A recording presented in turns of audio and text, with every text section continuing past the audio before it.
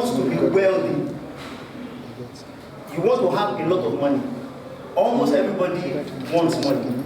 But the truth of the matter is, not everybody is educated to be wealthy. Okay? Now,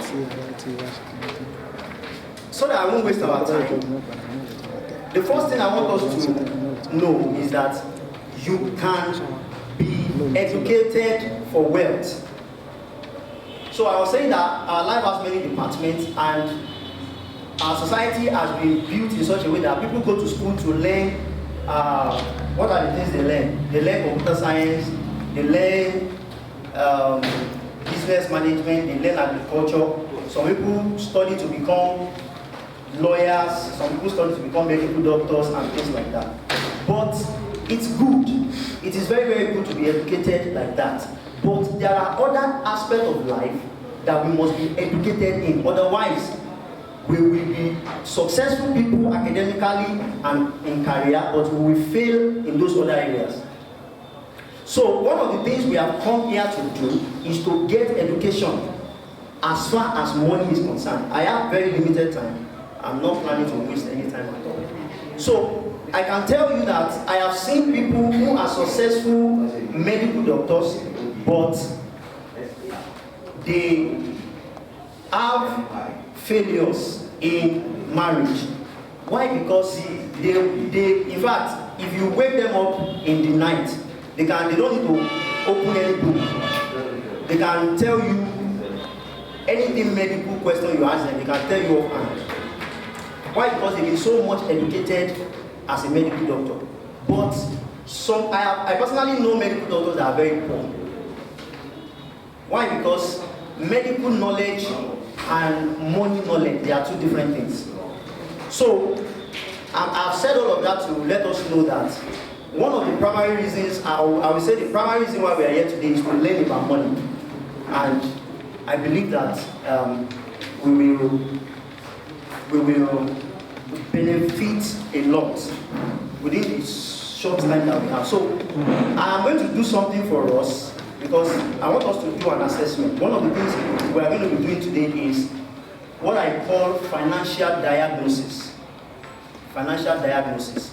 When you notice that you are not feeling fine, you notice that you are not feeling fine, what do? You go to the hospital. When you get to the hospital, they don't just give you drugs. They will ask you to do tests. Why? They want to know. You can be having headache that is being caused by different things. During this COVID, there are some people that have some symptoms. They were afraid. They thought it was COVID until they went to do tests and they discovered that it was malaria or it was something else. Do you understand what I'm saying? So when you begin to notice what we call, please, I will encourage you, if you can make notes, it will be good. It will help you. When you begin to notice three things that are signals for poverty, three things that are signals for lack of money, okay? It is lack, want, and insufficiency. Lack, want, and insufficiency. What that means is that when you begin to notice that you lack money, you want to do certain things, but there is no money to do it, then already you know that there is a problem. So just like if we go to the hospital when you are feeling uneasy in your body so that they can treat you, the same way, when you begin to find out that you want to do this, you want to do that, but there is no money to do it, then you know that there is a problem financially, and then you begin to look for help. The second one is want. Want and lack, they sound alike, but they are not the same. Want is you need something. The lack is you want to do something, but there is no means. Want is you need something, but it is not available. When you find yourself in that kind of situation, then most people don't know that it is time to seek help. That's why I said the problem of our society is that we have been conditioned to think in a way that we just expect that one day it will be better. Please, if that is one of the things you've been saying, I want to tell you that from today you should stop saying it and you should stop having that kind of mindset that one day things will be better. No, things won't be better if you don't do something to make them better. Okay? So the third sign of financial problem is insufficiency. That is where most people are. The first one, lack and want. Most people, by the virtue of the fact that you have a job, you don't fall into that category. But many people fall into the category of insufficiency because one way or the other, maybe you work, you earn, maybe you earn salary or you are into business, you make money somehow, but the money you make is not enough to take care of the things you need to take care of. And I said that is where the majority of the people are. So insufficiency is also a symptom of financial problem. So when you find any of these three in your life, it is time to begin to look for it. But like I said earlier, the part of the problem is that many people don't recognize those things as symptoms that they need to begin to seek help about. And then they feel, okay, let's just continue managing. One day it will be better, one day it will be better. And for some people, that better day never came until they lived and died. Alright? So I want us to do something today. The first thing I've said, because of Baba, only pé tí àwọn kankan wà tó jẹ́ pé tí a bá ti ń rí àpẹẹrẹ rẹ̀, ó yẹ ká ti mọ̀ pé wàhálà ti ń bọ̀ nípa ètò ìnáwó. Ṣó yé yín bàbá? Àwọn nǹkan náà ní pé tó bá ti di pé èèyàn fẹ́ ṣe nǹkan kò sí agbára láti ṣe, àbí ó yẹ kí o sanwó iléèwé ọmọ, kò sówó láti san, ó yẹ kí ẹni yẹn kó bẹ̀rẹ̀ sí máa wá ọ̀nà àbáyọ. So ìyẹn jẹ́ summary àwọn ọ̀gá tí mo ti sọ. So I will continue now. The second thing I want to say, I hope we are making notes. The second thing I want to say is that everybody that is wealthy, this is one of the things I actually wish I found out earlier in my own life. But it's all good. The time I found out was still good for me. The second thing I want to let us know is that everybody that is wealthy, everybody that has money, every rich person that you are talking about today, that you are talking about them, they went after financial education by all means. They didn't become wealthy because of what they were taught in school. They educated themselves financially, and we are going to be looking at some of the things, some of the practical steps that you can take. One of the things we are going to be learning today is that everybody, every single person that is living on the face of the earth, especially if you have been privileged to go to school a little bit.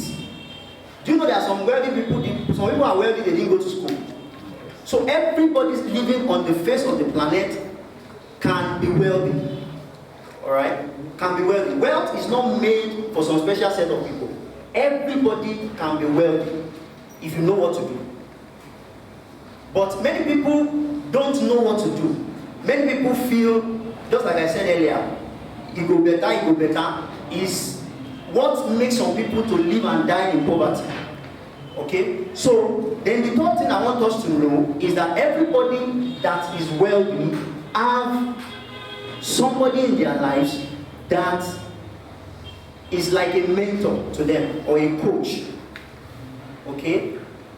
Those are not my point for today, but I just want to mention them in passing so that we can have one or two things to put down. So, part of what we want to do today is to introduce. I said earlier that everybody can be wealthy, but not everybody knows what to do to be wealthy. If you don't know what to do, then somebody has to teach you. That is where coaches and mentors, that is where they come in. If you ask Dangote, if you ask Adenuga, if you ask, most of us here are Yoruba. I would say a proverb in Yoruba. Ẹ̀yin àgbàlagbà ẹ má bínú pé àwọn Yorùbá máa sọ ní nǹkan pé tí àbárẹ́ ni bá là ẹ bá mi parí ẹ̀ ọ̀la ìyá bọ̀rọ̀bọ̀rọ̀, and it is the truth.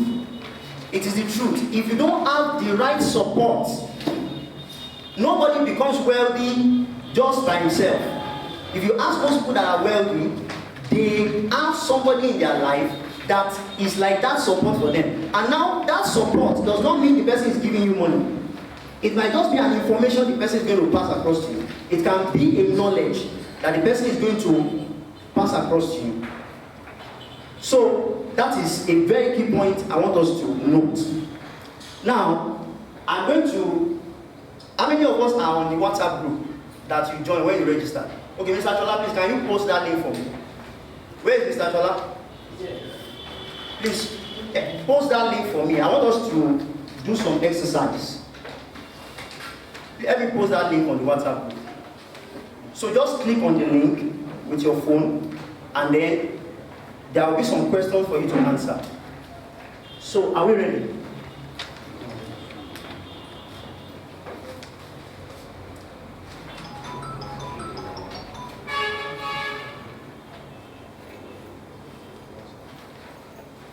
Has anybody seen the link on the WhatsApp group? Share it, post it. And for those that register on the site, you will see it now. So if you register on the site, you should see it. So I just want us to do a little exercise. So Mr. Shola, what's your number? Phone number 070 31 88 06. Please call it for them. Just call it. 070 31. So you can send him a message on WhatsApp. 070. Yes, 31 88 06 34. So just send him a message on WhatsApp. He will forward the link to you. If you have not seen the link, send him a message on WhatsApp. He will send the link to you. So I want us to do. I have about 5 questions here. You know, I said we are going to be doing what we call financial diagnosis.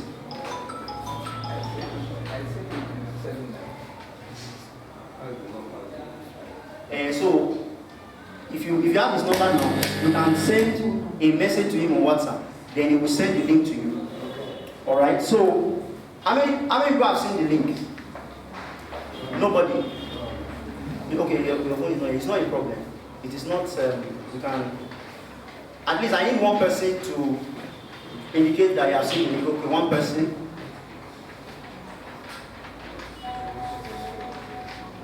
Mr. Shola, please can you help me out?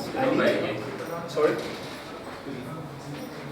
Can you help me link chat to me? Okay, no problem. Let me just dictate the link for you. Let me do the link for. Let me dictate it. But we have to. How many of us have our phone here? Like that's internet. Okay, and you know how to browse. So just go to your browser and type this address so that we can move a bit faster. App, just type it where I am calling it. app.sli app.sli.do/event. How many of us are typing it? Okay. app.sli.do/vy56edfo. Did we get it?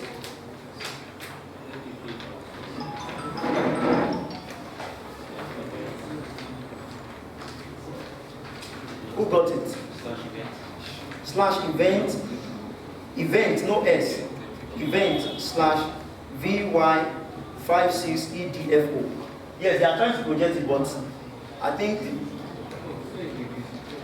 Okay, app.sli.do/vy56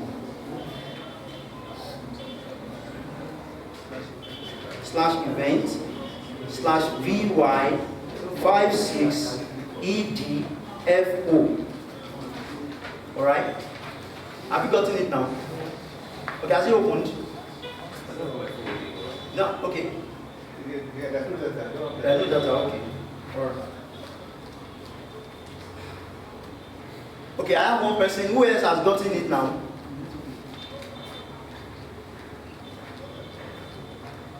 Okay, no problem. Let's move on. So I have one person. But you can write this question down and answer it in your notes by yourself, you know. It's an anonymous question, really. So we just want to look at, sometimes we may need to put statistics to, we are trying to do diagnosis, like I said. So the first question, okay, so this is the address. So in case you want to type it in your browser. So as much as possible, please, everybody should participate. Tomorrow again, we are going to do something like this. We are going to continue from here. So the first question is, are you connected? Are you there? Network, okay. Okay, God will help us. So the first thing is, what describes you? What describes you? That is,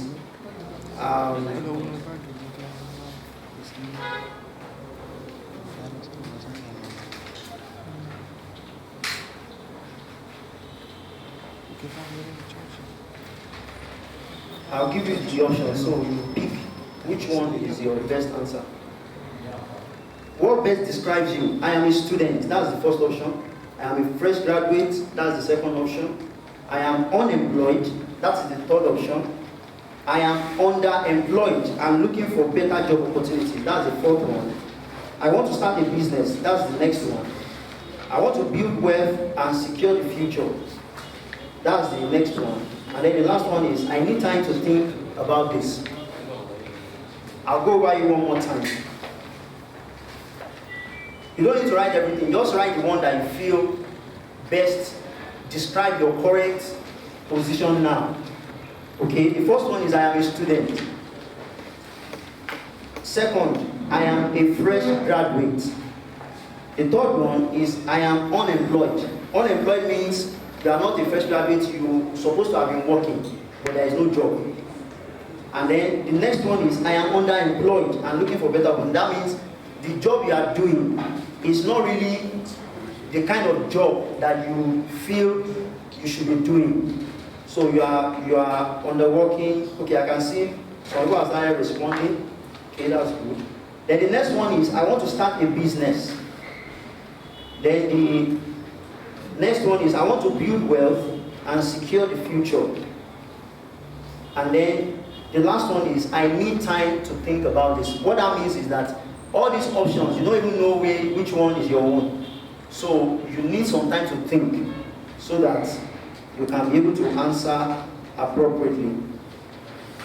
Okay.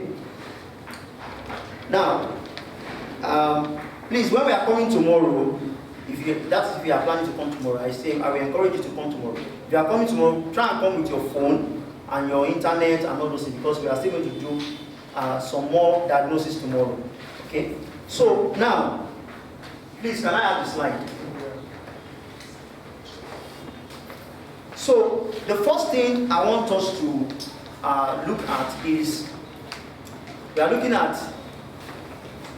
dangers of a single source of income. You see, I talked about financial education when we started. When you talk about money, there are so many things to learn. But within the short space of time that we have, we want to see some few things that we can learn and begin to apply. Since I started talking, I know if you have been following, you must have learned one or two things. Okay? So the next thing we want to look at is, why is it dangerous to have just a single source of income? You know, we are talking about breaking your dependence on salary, Abby. Okay? Breaking your dependence on salary. One of the recipes for poverty is to let your entire financial need depend on your salary or a single source of income. What that means is that, and I will tell you why, okay? We will soon get there. I would want one or two persons to respond to this question. This is year 2021. How many of us here is a salary earner? How many of us here are salary earners? Okay, one person. Any other person? Okay, two people. Okay, now, sir, can you tell us when you started working? That would be year what? 2012. Good. As a salary earner, right? Okay. How much was your salary in 2012? Don't worry, I'm just trying to drive a point. 6,000 naira. Are you still working in the same place? Okay, let's talk about this, the place where you are working currently. When did you start? 2018. How much was your salary then? 20,000. Are you still working in the same place now? How much is your salary now? 23. Good. That's very good. Okay, are we all listening? Yes. I want to show you why it is dangerous to have just one single source of income, in your life. Now, still stand up, sir, please. Name one commodity or one item that you use regularly, that you buy regularly. Soap. Let's not use soap. Let's use something. Sorry? Bread. Good. Bread is a very good example. Let's say there is a particular size of loaf that you like to buy, right? That size of loaf in 2018, how much were they selling it? 350. Are you sure? Right now is how much? It's still 350.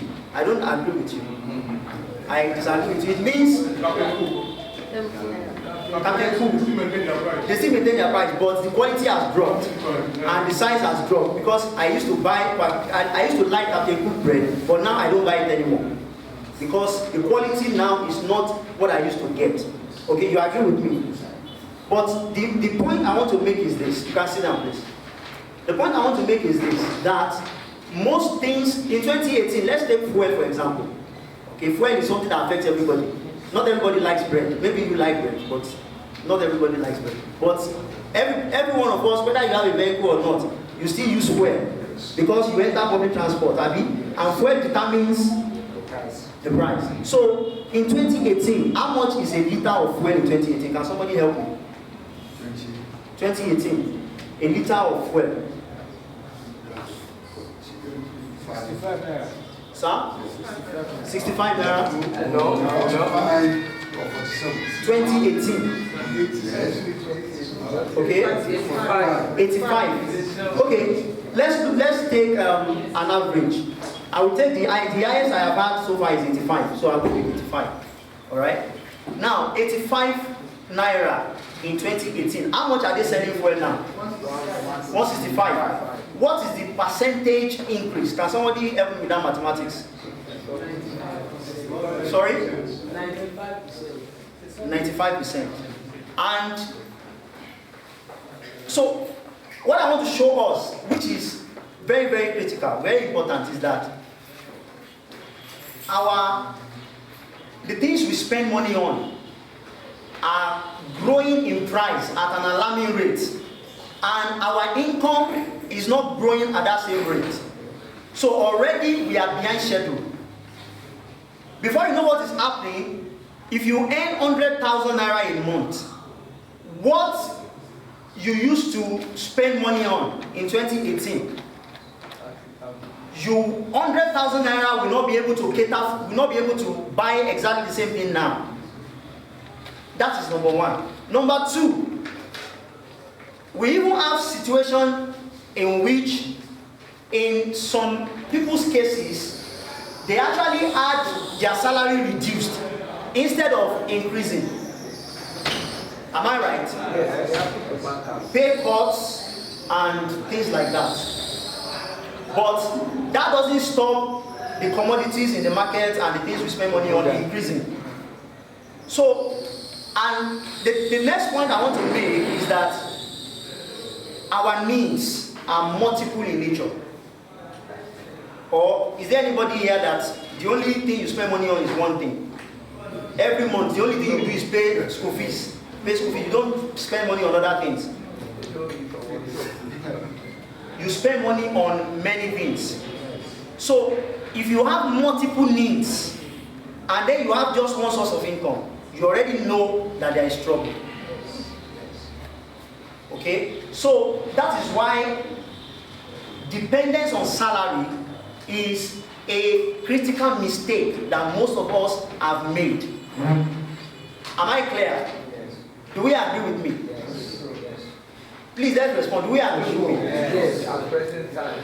Alright.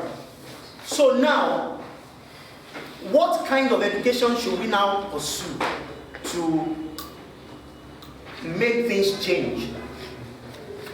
So it is not in our best interest that for things to be at least a bit okay, multiple expenses must be met with multiple income streams. Alright? That is a critical lesson for today. Now, I am not knocking salary, because the truth of the matter is, for you to be able to do anything financially, you need a financial base. Okay? You need a financial launch board to get you started, which is what a salary job gives you. But the problem is that many people don't see salary as a stepping stone to somewhere. They've seen it as a destination. Alright? So, when they get a job and they start earning salary, that is where they stop. They are not looking for more opportunities. They are not looking for more sources of income. They make a salary job their final bus stop of what determines what happens and what does not happen to them financially. It's a critical mistake. Alright? So, I believe that, having said all of that, the next thing I want us to see is, I have slides, but I can't even, because, but there's no problem. So, we've talked about why everything I've said so far is just a summarization of so many things I should have said, because of the time that I have. So, we have seen a bit of why it is dangerous to depend on your salary, to have just one source of income. The next thing I want to say is that salary in itself comes with some deceptions. Okay? And I will put it this way, because I think my time is running out already. I'll put it this way. Salary is one singular reason why many people will not become everything that they are supposed to become, and that is possible. Thank you. Well, they actually need it more than I do, so you can put it there, but I really don't need it for me. But if they can see it, is good. Okay, so, and for some of us that are still very young, this is a very good learning opportunity for us. But even if you are not young, the truth of the matter is, one of the things I do, are we listening to me? One of the things I do for people is that I help people. I told you earlier on that everybody can be wealthy. Forget about the fact that money is a special privilege that God has given to some people. If somebody is wealthy and you are not, it simply means that that person knows some things that you don't know. Period. If you know the same thing that that person knew, you can produce the same result. Okay? So, which is where financial education becomes very critical. Now, what are some of the deceptions that salary gives? Especially if your salary is a bit weighty, or if it's a bit high. Maybe you earn something from 100K and above, 150, 200K. The truth of the matter is that no matter the figure they put on it for you, if salary is the only source of income that you have, your financial future is still not guaranteed. It's not secure. That's number one. Number two is that there are many other things that you can become, that salary will block your view to those things. Are you with me now? Yes. There are many people today that the reason why they end up small in life is because salary blocked their view of many other possibilities that they could have had in their lives. I'll give you an example. I personally know many people that when they were young, and the same could be true for most of us, when they were young, when they were in school, you know, they had dreams. They had beautiful dreams of what they want to do and what they want to be. In fact, I know some people that when after graduation and he got a particular job, let's say a banking job, for instance, he said, okay, these are the things I want to do. He has plans and things like that. And he says, okay, this job, I will only do this job for 2 years. After 2 years, I will resign and I will now pursue my dreams. How many of us know people like that? Then you find out, you see him in the next 4 years, he's still at that job. And you ask him, boy, but you said you will resign after 2 years. Then he'll be telling you, it is not as easy as I thought. Now, the truth of the matter is,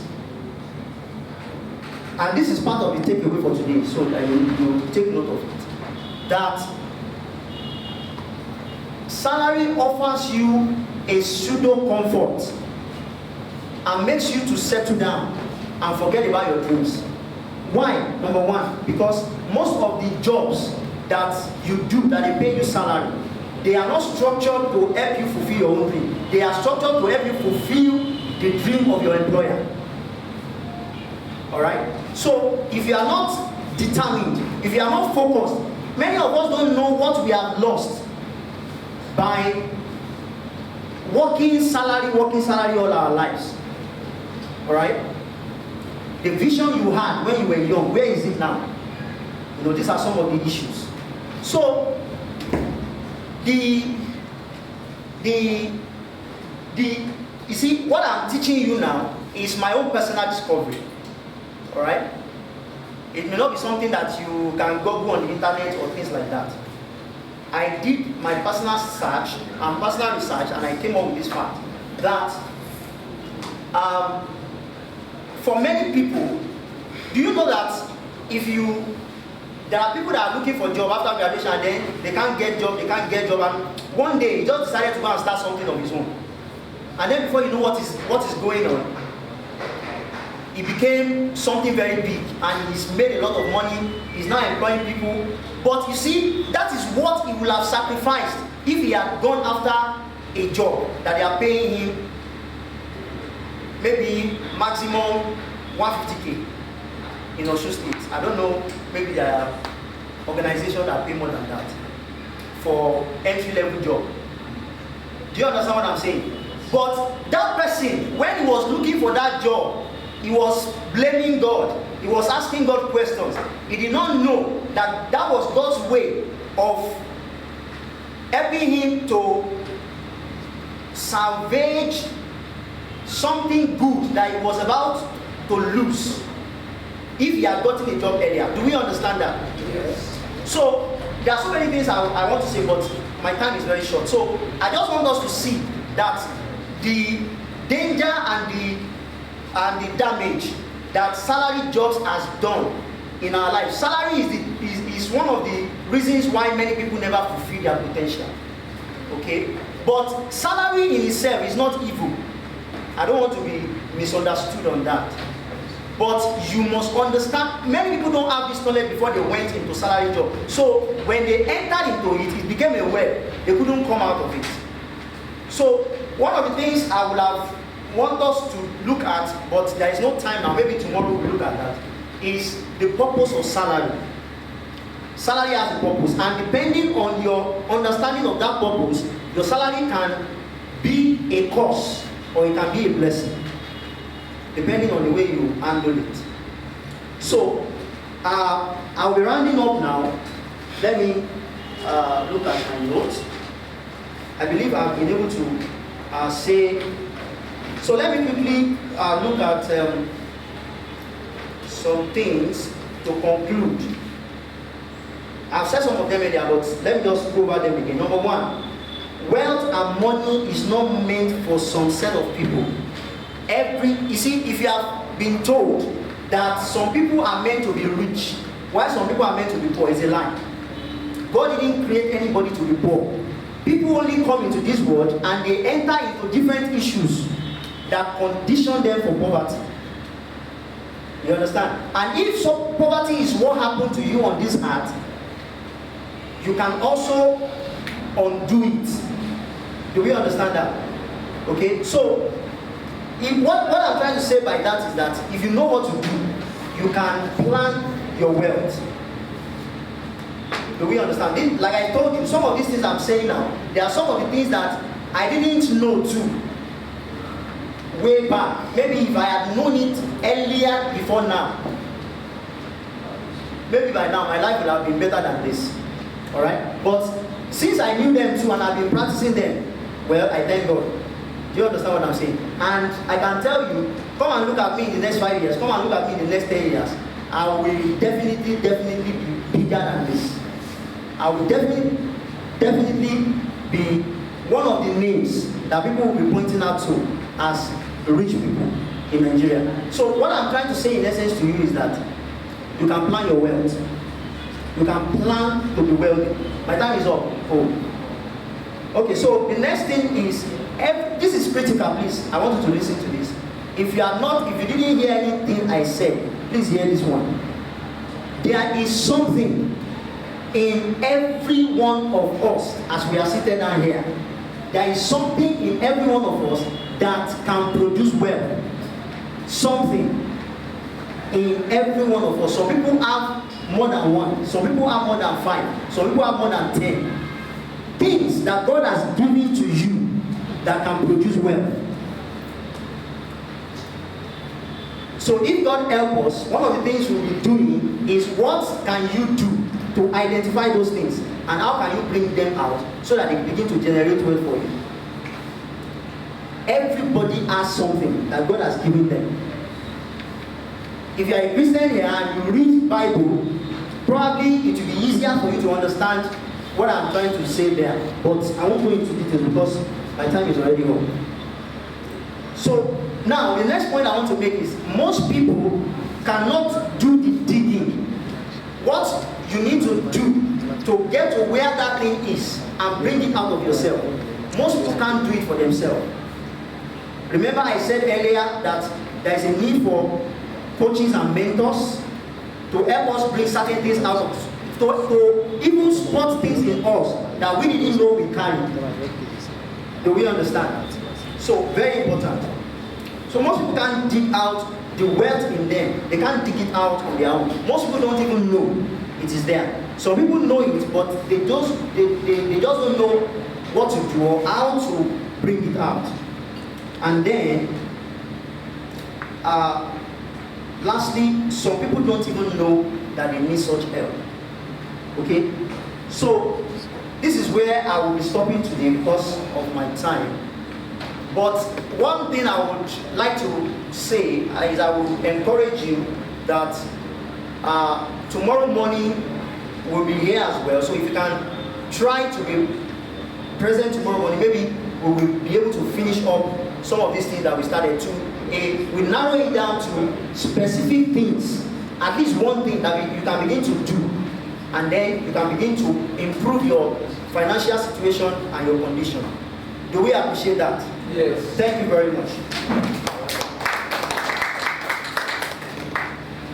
Thank you. Let's line together for Mr. Mathew Adebiyi for that section. He has spoken a whole lot, and I believe we have also learned one or two things from that section. Mo nígbàgbọ́ wípé wọ́n ti bá wa sọ Mr. Mathew Adebiyi ó ṣe wá ní àǹfààní gidi gan. Ó tilẹ̀ jẹ́ pé bóyá ìbò ni wọ́n sọ fún section tiwọn. But kọ́tọ́ bá wa sọ̀rọ̀ lé lórí ni pé dára láti dúró lé ojú kan ọ̀nà kan láti máa owó wọlé. Kókó ọ̀rọ̀ tí wọ́n bá wa sọ ní section tiwọn nìyẹn.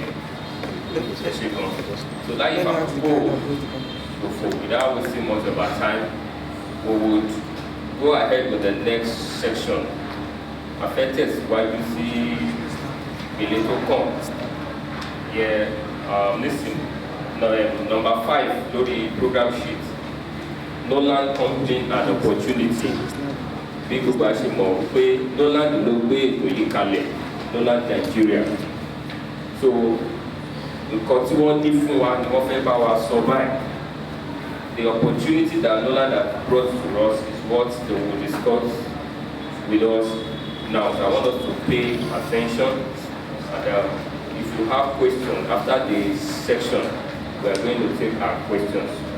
So I want us to put our hands together as we bring off stage the ambassador from Norland, Nigeria, the person of Mr. Dayo Adetiloye. Let's put our hands together.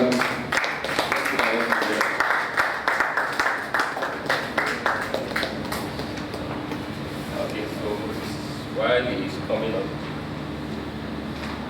A round of applause for our people.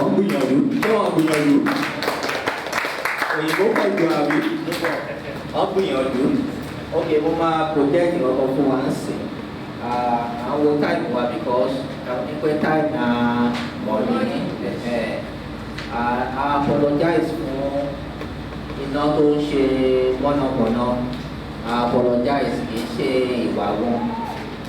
But I assure God that kò sí nǹkan tó máa ṣe bẹ́ẹ̀ yẹn o.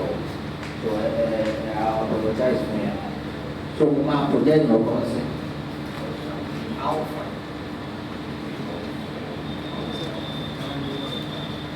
Okay, àwa tí a jẹ́ oníṣẹ́ ọwọ́ yẹ pé à ń ṣe business ẹ ká rí ọwọ́ wa lókè yẹ pé business là ń ṣe lọ́wọ́. Okay, very good. Àwa tá a jẹ́ salary ẹ̀ka yẹ pé salary là ń gbà lóṣooṣù ẹ ká rí ọwọ́ wa lókè. Okay, very good. Now ìdí tí mo fi sọ bẹ́ẹ̀ pé Norland opportunity tó gbé wá yìí gbogbo wa ni àti salary àná o àtẹni tó ti ṣe business o irú èmi báyìí ní sè I'm a business consultant a máa ń bá àwọn èèyàn set up business wọn o fẹ́ register business ẹ pẹ̀lú CAC o fẹ́ kọ business plan ìjọba fẹ́ yáyàn ní loan wọn ní kẹ́ lọ mú business plan wa wọn táwa kọ nìyẹn kí a ṣẹ̀ṣẹ̀ tó wá di brand ambassador fún Norland ó ti yẹ imẹ́ so nígbà ẹ̀dá kò wọ́n Norland kò ní iṣẹ́ tí ẹ̀ ń ṣe lọ́wọ́ kò ní lọ́wọ́ bẹ́ẹ̀ mo máa take wa through ẹ̀ ní sìn fẹ́ràn fún mi ní 2 minutes. So àwọn tá a ní opportunity láti introduce ní ẹ̀kọ́ yẹn kó wá coordinate ẹ̀ báyìí just 2 or 3 people especially àwọn tó ṣe ẹ̀ dé. Okay, kó tó di pé wá èyí slide yẹn jáde tó léèyàn tó wọ́n ṣẹ̀ṣẹ̀ ń join mi wá tó jẹ́ pé mò ń ṣe orí rédíò láti gbọ́ nípa program yìí mò ń ṣe orí Facebook mò ń ṣe pé èèyàn invite wa. Is there somebody that you are hearing this or that you are here for this seminar that is not on radio? We've seen somebody from radio and it's not that I personally invited you and it's not on Facebook so that we can just know you. Is there anybody that there's another medium by which you heard about this program and you are here today? Just signify. All right, thank you, sir. So let's meet you, how you hear about the program and what do you do? What are you into, sir? Thank Thank you, sir. My name is Daniel Akila. I'm a student of Okoye. I heard the Brown program. I saw the flyer at the Business Junction. Okay, the banner. So you're a student of what department again? Education. Education. Okay, that is good. Thank you. You're welcome. I remember the face now. So just like I said, even students are most welcome. myself, I started entrepreneurship with the help of my mentor, and I'm going to speak to us about why a student on campus. And I can say that that is the best time because you are privileged and permitted, let me use that word, to make mistakes on campus. Nobody will arrest you. But when you get out and then you borrow money to start business and it fails, it might not be funny. So my brother, you are most welcome. Thank you very much, sir. So let's put our hands together once again.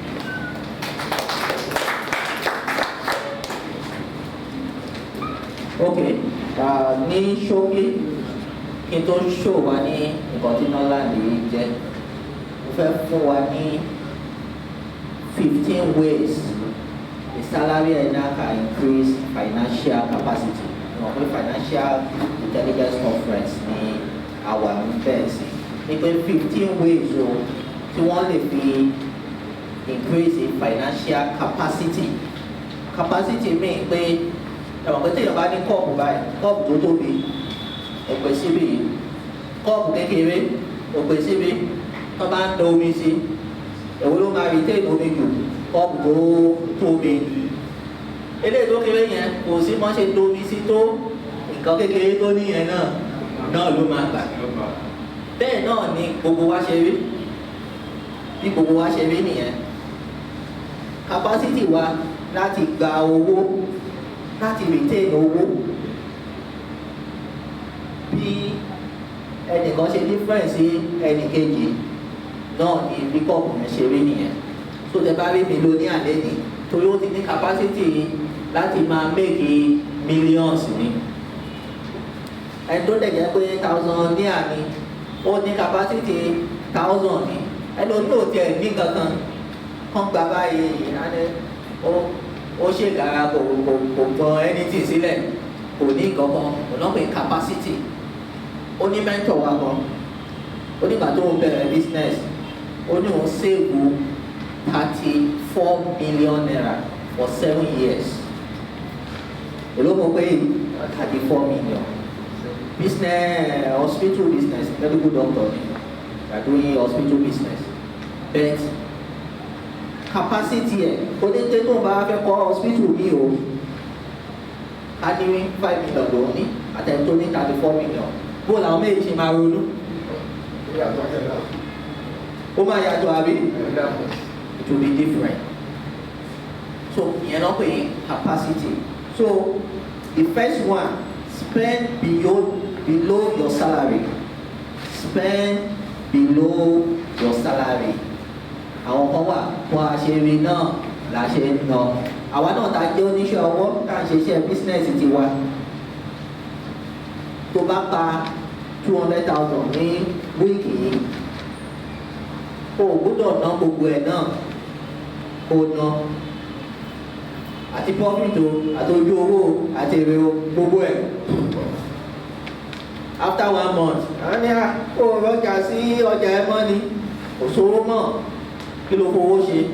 So spend below your salary, spend below your profit. Then read books on financial intelligence. Báyìí fẹ́ ṣe nǹkan ọlọ́jọ́ méjì yìí báyìí, a lè san gbogbo ẹ̀ tán, Ìwé tí first ìwé tí máa kọ́ introduce ni ìwé tèmi gangan kọ Unleashing Your Entrepreneurial Potential, 1,000 naira ni. Anybody ló àtàgbà o, àtọmọdé o, everybody ni ó nìyẹn. Now, ìwọ́n tó bá wà ní between age of 18 and 35 tó ní opportunity láti apply for grants. Àwọn ọmọ yìí tó bá wà within that age, wọ́n ní ìwé, wọ́n pè ní the winning streak. Ìwé tó bá mọ́ wálé ní olùwárà lọ́la 3,000 ni. Winning streak yìí,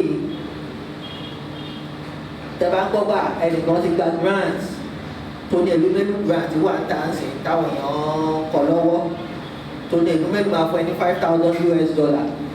Dọ́là wálé ni, èló ní dọ́là sí náírà sí 410 ni wọ́n ní níbi ẹ̀ declare ní báyìí last week yìí.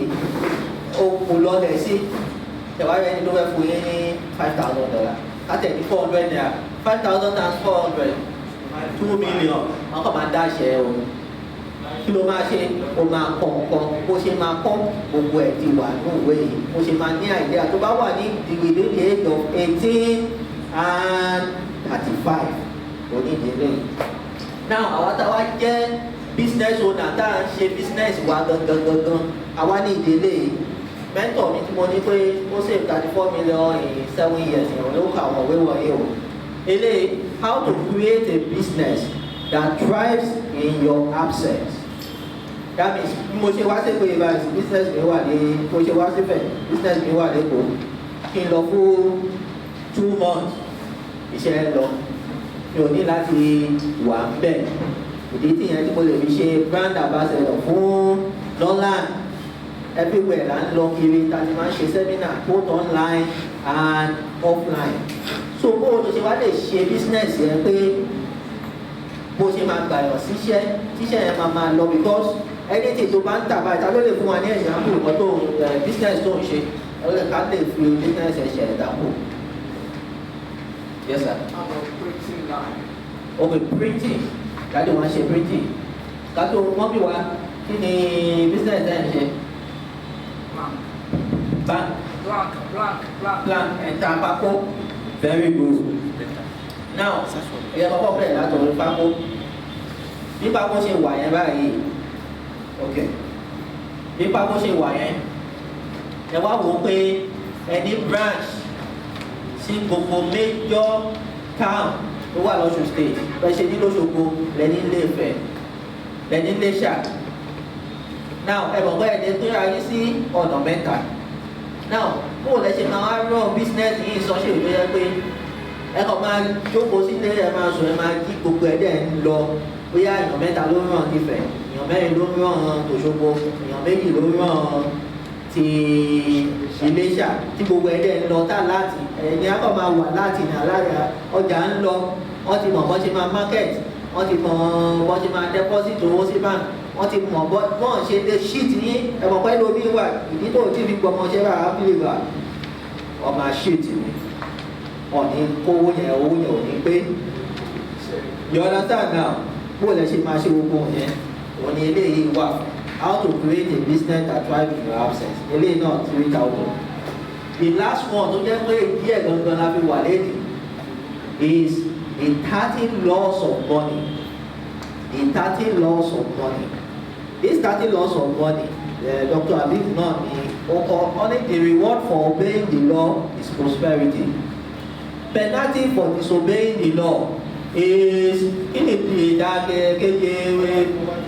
prosperity, poverty. So gbogbo experience yẹ tó ní ẹ jẹ́ kí n sọ díẹ̀ lára ìtàn Dr. Abib. Dr. Abib ní 4 hospitals. Gbogbo hospital yẹn ó run on his own.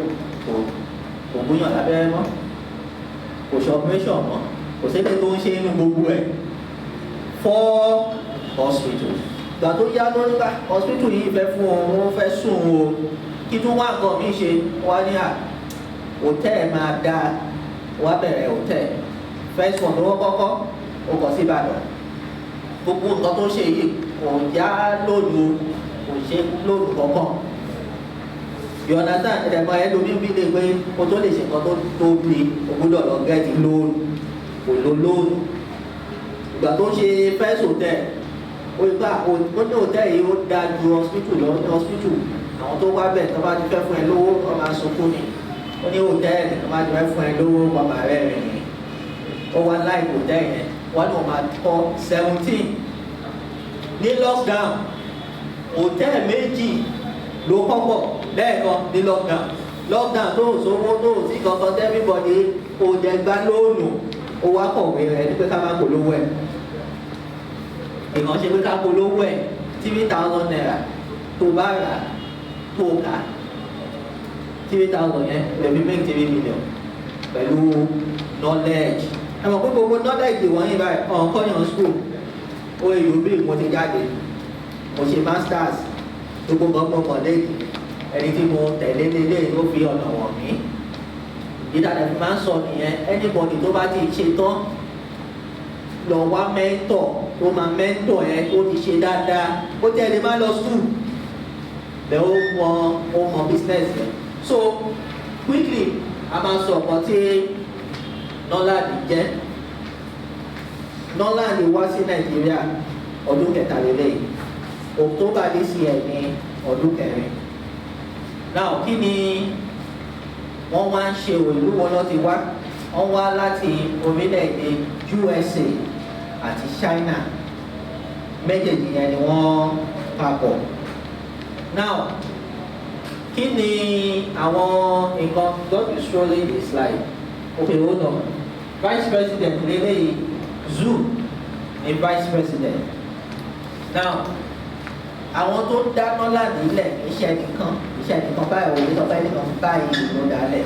Àwọn èèyàn ló gather together wọ́n ní pé wọ́n fẹ́ ran àwọn èèyàn lọ́wọ́ nípa ètò ìlera health àti wealth. Ó ti yẹ yín mẹ́rin sí so wọ́n fẹ́ ràn wá lọ́wọ́ ní àwọn tó tètè dé àti fún wọn ní hand sanitizer Norland. Àìwá ìgbà tẹ́ wọlé àfi sí ọwọ́ yín ẹ máa rí gbà orí pẹlẹbẹ orí presentable o lè fi sínú báàgì o lè fi sí pọ́ọ̀sì anywhere tó bá ń lọ. Àwọn kan wà ní Norland hand sanitizer yẹn nìkan ló ń tà wọ́n tẹ̀ ń gbégi owó wọn. Ó ti yẹ yín bẹ́ẹ̀ Norland ní over 40 products.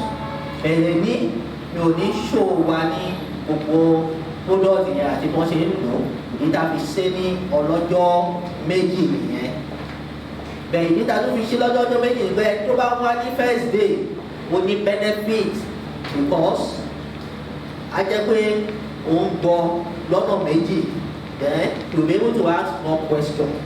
Ìwọ̀n máa ẹni tó ti gbọ́ presentation Mr. Mathew báyìí àti èdè tí mo ń ṣe yìí báyìí ọ̀tọ̀ nìkan tá a máa sọ lọ́la ọ̀tọ̀ ìdí nìyẹn tí wọ́n fi dá move on just move the slide on. Come on, move this.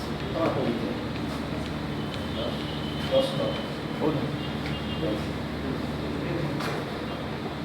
Just roll the slide. So head office Norland.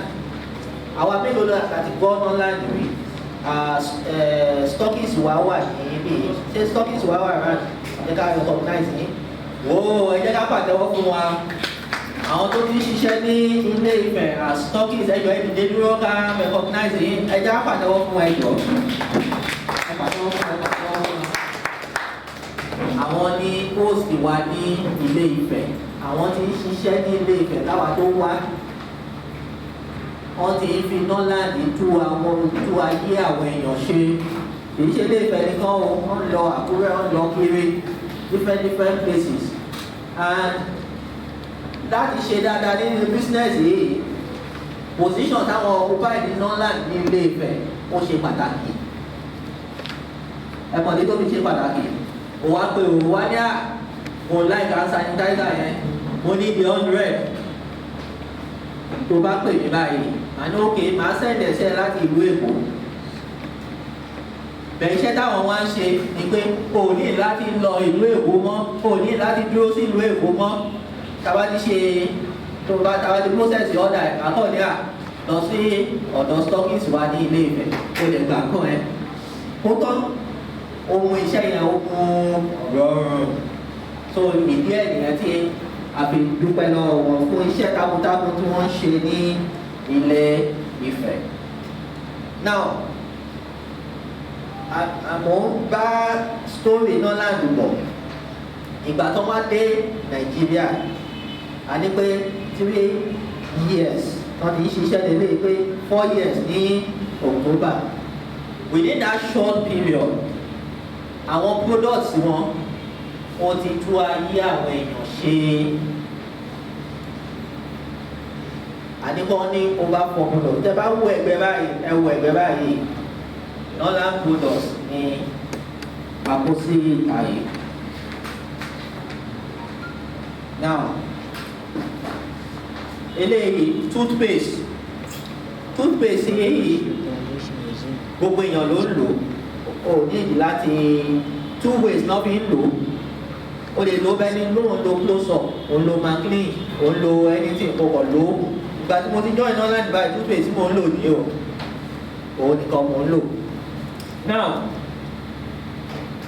tí eyín bá wá ń dùn ẹ́ tó ń dùn ẹ́ tó ń dùn ẹ́ gan tó bá máa fi lo eléyìí fún kí wọ́n mọ̀ tí tó dé bó ṣe ń kọ ẹ̀yìn ọmọ àdìsàbíà ó ní àwọn testimony kan tá a ti gbà tó jẹ́ pé ó yẹ kí dókítà eléyín ó ṣe operation lórí eyín yẹn ó wá bí Norland toothpaste ó wá lò ó bóyá wọ́n fún ní 2 weeks pé kó padà wá 2 weeks ìgbà tó máa fi dé bẹ̀ ìyàtọ̀ ti wà wọ́n ní wọ́n ní láti ṣe operation yẹn mọ́ ipe ìyàtọ̀ ti wà wọ́n ní bóòlù ṣe ṣe ló wá fa ilé ìjáde ẹ mọ̀ pé ní health system wa a lè mọ̀ nǹkan tó ṣẹlẹ̀ o a lè mọ̀ nǹkan tó ṣẹlẹ̀ yẹn o bọ́n wọ́n lè máa mọ oògùn tó máa lò tààrà ẹ̀ máa fi yá wọ́n lè mọ̀ pé èyí ń dùn ẹ́ bẹ́ẹ̀ nǹkan tó máa lò tó máa fi tètè lọ wọ́n lè máa mọ̀ bẹ́ẹ̀ nísìnyí this Norland products àwọn dókítà wa náà ti wá mọ̀ nípa ẹ̀ gbogbo wọn náà ti wá darapọ̀ mọ́ iléeṣẹ́ Norland gbogbo wọn ti ní Norland products sí hospital wọn you understand ẹ̀ wọ́n pé kan tí èèyàn ò bá mọ̀ èèyàn ò mọ̀ náà nìyẹn most of us were by saying we are just hearing Norland for the first time yes a lè pass it around. Price eléyìí báyìí tó bá jẹ́ mẹ́mbà 1,650 ni bẹ́ẹ̀ tó bá ṣe mẹ́mbà tó kọ̀ fẹ́ rà nígbà mo fẹ́ lò 2,000 now tó bá wá di mẹ́mbà tó bá fẹ́ tuta you are to earn èló ní géèmì bẹ́yẹn tó bá tẹ́lẹ̀ 2,000 1,650 350 mélòó máa tà tí máa fi di mílíọ̀nìà ẹja ṣe calculation yẹn mélòó máa tà tí máa fi di mílíọ̀nìà 350 divided by 1 million bá mi tẹ̀ ẹ́ mọ̀ àti lọ́rọ̀ ò lé o tó bá ti mọ̀ ṣírò àti tó lówó ò lé àtìgbà tí mo ti di mẹ́mbà Norland báyìí mi ò ta kí ní rárá àtọ̀ máa lè tà lé ní 200.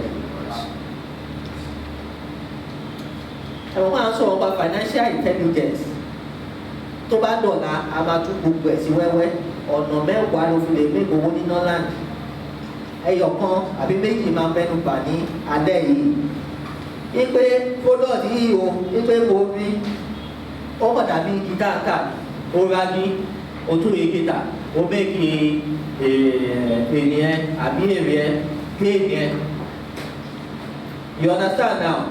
So that is the easiest way I can start with what we are doing. So mú eléyìí wá pé a ní 40 products mélòó mo yìí produce ẹ̀yọ̀ kan eléyìí fáwọn obìnrin ní oríṣi méjì ní ìkan panty liner ìkan sanitary pads. Now ìyàtọ̀ méjèèjì sanitary pads ní normal pad be always ọkàn tá a ń lò panty liner ní wọ́n ti bá wa ṣe panty liner yìí ó dáa torí àwọn infection tó jẹ́ pé a fẹ́ kí ọ tó bá ti ń lo panty liner infection yẹn máa disappear ni you understand now so it's not just ordinary products ẹ mọ̀ téèyàn bá mọ iyì nǹkan wàá kọ̀ tó bá fẹ́ kọ́ báyìí tó mọ iyì wàá kọ̀ sọ síbi kan ni o lè ní mọ̀ pé owó ló kú dání onímọ̀ pé nǹkan tó lè tó ayé èèyàn ṣe ni bá mú kódéètì wá kódéètì yìí ó dáa fún àwọn tó bá ní high blood pressure àwọn tó bá ní high sugar àti high cholesterol àwọn ló lò kódéètì 5,000 naira ní retail price bẹ́ẹ̀ ní 2,000 lélẹ́yìí ẹ̀ láti company 180 ní. Bẹ́ẹ̀ ṣe máa ní ara Norland a máa sọ fún yín. Bẹ́ẹ̀ ṣe máa gẹ́ẹ̀tì gbogbo ẹ̀ ní company price. Ìdí ẹ̀ la fi wá sílé Ifẹ̀ nìyẹn, company price ẹ̀ máa gẹ́ẹ̀tì gbogbo ẹ̀. You understand? Wọ́n ti dá máa sọ fáwọn èèyàn ni pé once you know a business and you have mentor, tó bá ti ní mentor, àwa ló máa mentor ẹ, àwa ló máa coach ẹ bó ṣe máa dọlọ́lá, bó ṣe máa dọlọ́lá ní Norland. Àdẹ̀nígbà àwọn èèyàn ti ń ṣiṣẹ́ ọ̀rẹ́ ní ilé Ifẹ̀ tẹ́lẹ̀, ilé ìdáhùn wá ṣe yìí. Ẹ mọ̀ pé bí bá ṣe sọ wáyé àṣegbè wá sí ilé Ifẹ̀, ọ̀gá mi ìlú yẹ ká wá, kò lẹ́ ká gbé wá sí ilé Ifẹ̀. You understand now? So it's an opportunity for us. Kúndìntì 3,700 ní láti company, wà á ta ní 5,000. Èló lè rè mí? 1,000. Mélòó máa fi di millionaire? Wà á divide ẹ̀ ní. Ẹ mọ̀ pé business is a game of number. Tó o bá ti mọ̀ ṣírò, kò sí bó ṣe lè ṣe business dáadáa. It's a game of number. Printing, nǹkan mélòó máa print? Kí ni gain orí ẹ̀? Customer mélòó máa print fún tí máa fi di millionaire? Bó wàá ṣe máa calculate ẹ̀ nìyẹn. Ṣé mo lè meet target yẹn in 3 months? Bó ṣe gbúdọ̀ máa ronú nìyẹn. Business, ẹ jẹ́ ká wá more businesses. Ká lè fún business ní ìṣẹ̀dáàmù. Ta ló fẹ́ ká lo business o? Kí ló ń ṣe? Free consultation, a máa gbowó fún consultation wá ní o. Free consultation náà máa já iná pọlọ kí business ẹ̀ ṣe máa gara. US business. US. Awesome, POS. Èló la make ní POS? 40 naira, 650 naira, èló ni tí customer kan bá wá báyìí mo transfer 2,000 naira, èló ni gain? 100 naira. Transaction mélòó ló máa ṣe tó máa fi di millionaire? 100 naira, 1 million divided by 100 naira. Yes sir, 10,000. Bó o ló ṣe máa ṣe 10,000 transaction lóṣù? Bí wàá ṣe máa ronú nìyẹn, ọpọlọ ẹ gbọ́dọ̀ máa jà. And tó o bá ti ní capacity, o lè meet tiẹ̀. Capacity. Ẹ wọ pé mo sọ̀rọ̀ capacity lẹ́ẹ̀kan yẹn. Ọpọlọ ẹnìkan kọ́ ló yẹ kó máa fi ṣe business. Ọpọlọ mentor ẹ. Ìdílé nìyẹn tàbí kàwọn òwe wọ̀nyí. Máa yé báyìí is close to 60. Ọpọlọ 60 years old. Wàá dẹ̀ mọ́ títí ẹ. By the time tó bá fi ń ṣiṣẹ́, capacity ẹ ó ti máa gara. Now, ẹ jẹ́ ká tètè rush àwọn products yẹn so that kí n sọ bá ṣe lè join and bí tíìmù wa ṣe máa ràn ẹ́ lọ́wọ́. Bóyá o wà ń bí láṣálẹ̀ yìí, bóyá o máa join ládẹ̀ yìí. Tó dẹ̀ dọ̀la tó dẹ̀ máa wá ṣí ẹ testimony yẹn, ó possible bí gbogbo ẹ̀ dẹ̀ ṣe máa lọ adẹ́ náà máa sọ fún yín. Cream lélẹ́yìí, àṣàkú lélẹ́yìí fún cream yẹn wá náà. Cream ni à ń lo cream, àtọ̀ ń lo ìṣẹ́ tó fún wa lówó kankan. Norland ní pé tó bá ra cream báyìí, o ra toothpaste, o wá tún fẹ́ padà wá rà á, wọ́n wá fún ẹ ní 20%. Kò yẹ yín báyìí, ẹ bọ̀ pa ti sọ pé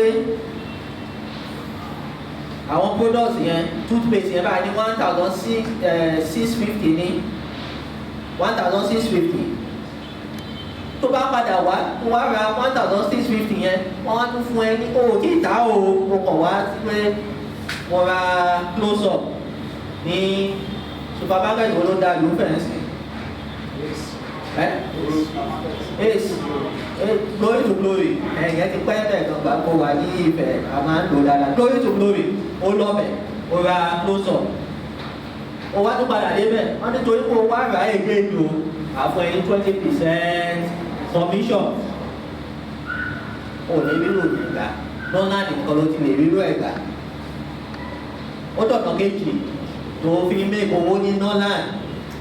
Ó wá túra Norland ti fún ẹ commission. Ó wá tún lọ tà ní 2,000 naira. Ẹ̀kọ́ owó ti àádọ́ together nìyẹn.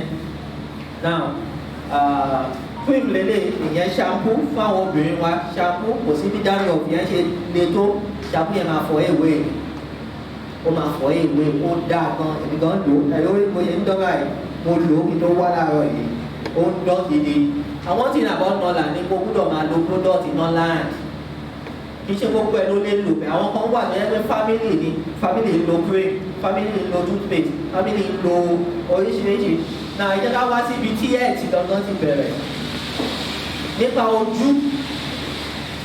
nípa ojú pé ojú ń dùn mí ni o ojú ńlá mi ni o ojú ń ṣe bàìbàì ni o ojú ò mímọ́ dáadáa ni o mò ń lo glasses ni o nǹkan kan Norland wá ní kódà ọ̀tọ̀ pè ní vision vital lórí ìlú Èkó mo base àwọn tó ti pè mí lórí vision vital yìí ẹnìkan ti pè mí láti jìgá wá rí ó ní oúnjẹ kúrò lọ́dọ̀ dókítà mi ọ̀nà ní Èkó lọ́dẹ ń tà kí ló fẹ́ rà vision vital ó dẹ̀ ṣiṣẹ́ testimony lóríṣiríṣi nípa vision vital yìí láti ọ̀dọ̀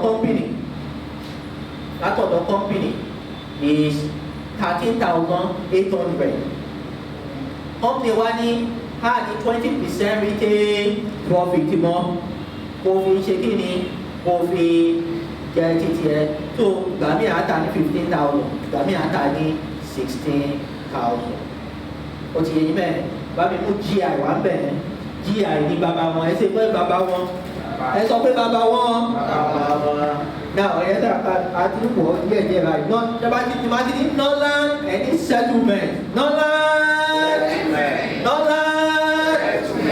ẹ mọ̀ nígbà mi pé settlement ọ̀nà méjì mẹ́ta tí mo ti explain nìyí ṣé kò settle ẹ bẹ́ẹ̀ ṣé kò settle ṣẹ́rí GI yìí màá sọ mélòó tí mo ti tà bẹ̀rẹ̀ jẹ́ kí n sọ iṣẹ́ tó ń ṣe àwọn tó bá ti ní ọ́sà ẹni gbogbo ẹ̀dá bá ti gbọ́ ọ́sà ẹ sọ pé oògùn ẹ̀ ti wà GI yìí náà nìkan ló máa lò òun nìkan ló máa lò GI yìí ló máa lò now GI yìí ó ní bàbá kan is close to 70 ó rán mọ̀ wá láti wá rà online náà ti rí o ẹ mọ̀ pé ayé ti lu dára báyìí online náà ti rí wọ́n ṣàṣe ọ́dà ìnìyẹn o bàtí tájú bàbá máa lò fún 1 month àlòkùn náà láti ṣe mímọ̀ náà fi ń lò bàtó ti lò fún 1 month bàbá yẹn testify ó ní òun travel ó máa ń travel lọ òwe fún ó ní òun ti lo oríṣiríṣi onílé ìyàtọ̀ ó ní kóun ti wà òkè ó ní ìbẹ̀rẹ̀ ó máa complete dosage òun láti gbà yẹn bàbá ò ti pèpè ó dùn ó láti gbà yẹn báyìí bàbá ti wà cure of ọ̀sà now gbogbo ògùn Norland gbogbo treatment Norland ọmọ àádélé wọn because ilé a máa ń pè gbogbo oníṣe ọ̀nà máa ń pè stem cell ó máa tó bá ti lò ó ẹni tó ń lò báyìí á lò mọ́ vision vital yẹn kí lè máa lọ ṣe àwọn cells ojú bóyá cells yẹn ó ti rẹ cells yẹn kò lè ṣiṣẹ́ dáadáa mọ́ àbí á lọ rejuvenate ẹ̀ máa jẹ́ kó máa ṣiṣẹ́ dáadáa ìwẹ̀ tó bá wúndù báyìí tí ó wúndù lọ́wọ́ àbí anywhere lára tó bá lo eléyìí ó máa tètè yí lọ ẹ̀dín gẹ́gẹ́ bẹ́ẹ̀ now ẹ jẹ́ ká sọ̀rọ̀ business ẹ̀ eléyìí 20,000 naira náà ta 20,000 látọ̀dọ̀ company 16,000 naira ni èló ni géènì ẹ 4,000 mélòó ló máa tà tó máa fi di mílíọ̀nìyà mélòó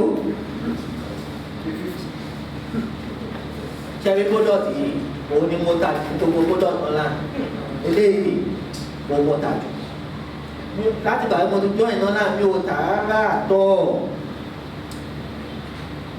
àti máa fẹ́ 100 this thing tí mo mú dání wìtìwìtì ni wọ́n dùn wìtìwìtì Norland lè ti ẹni pé mo ní iṣẹ́ tí mo wá ṣe ń bí pé àwọn kan ti ṣiṣẹ́ yẹn sílẹ̀ tẹ́lẹ̀ ìjọba pé mo fẹ́ wá ra bí mo dẹ̀ ti rẹ́ni tó ń tàbí ní Ilé Ifẹ̀ ṣé kò rọ̀ mí lọ́rùn ó ti rọ̀ mí lọ́rùn ìwọ tó bá fẹ́ darapọ̀ mọ́ wa lálẹ́ yìí báyìí tó fẹ́ rẹ́gísítà àwọn tó máa kọjá fún ẹ wọ́n ti wà lẹ́yìn kò sí pé àṣẹ kí wọ́n de ìlú èkó mọ́. now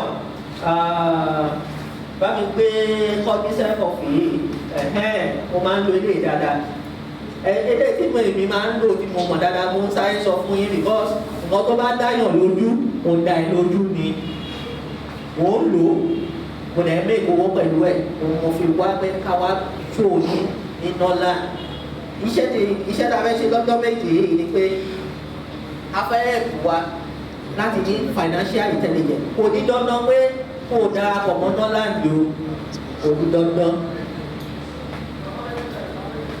ó lè jẹ́ pé ìwé ìlú máa rà tí wàá kọ́ tó ní ìlú mélòó ní next year tí wọ́n dẹ̀ fún ẹ ní $5,000 US ó yé yìí máa ń sìn ó lè jẹ́ pé ní ìlú máa rà ó jẹ́ pé wàá ní Mr. Dayo business mi ẹyọ bẹ́ẹ̀ ṣe sọ yẹn wípé Òṣogbo Iléṣà yẹn wípé ilé Ifẹ̀ nìkan ló wá ń sin o wípé after 6 months o àti expand ẹ̀ àti open ẹ̀ ìwé tí mo kà tí mo dẹ̀ fi ṣe ní inú dídùn wá fún conference yìí nìyẹn kì í ṣe pé dandan o join Norland no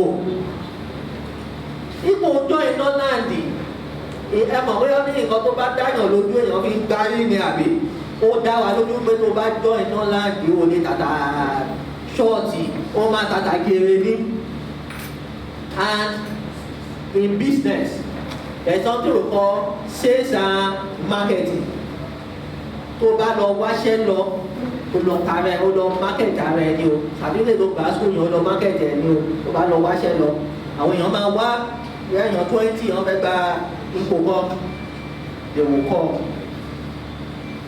so everything tó bá ní láti ṣe láti increase capacity ẹ láti sell ability to sell ability to be able to market kó ló ṣe máa kó plank ìjọ tó nílé ìta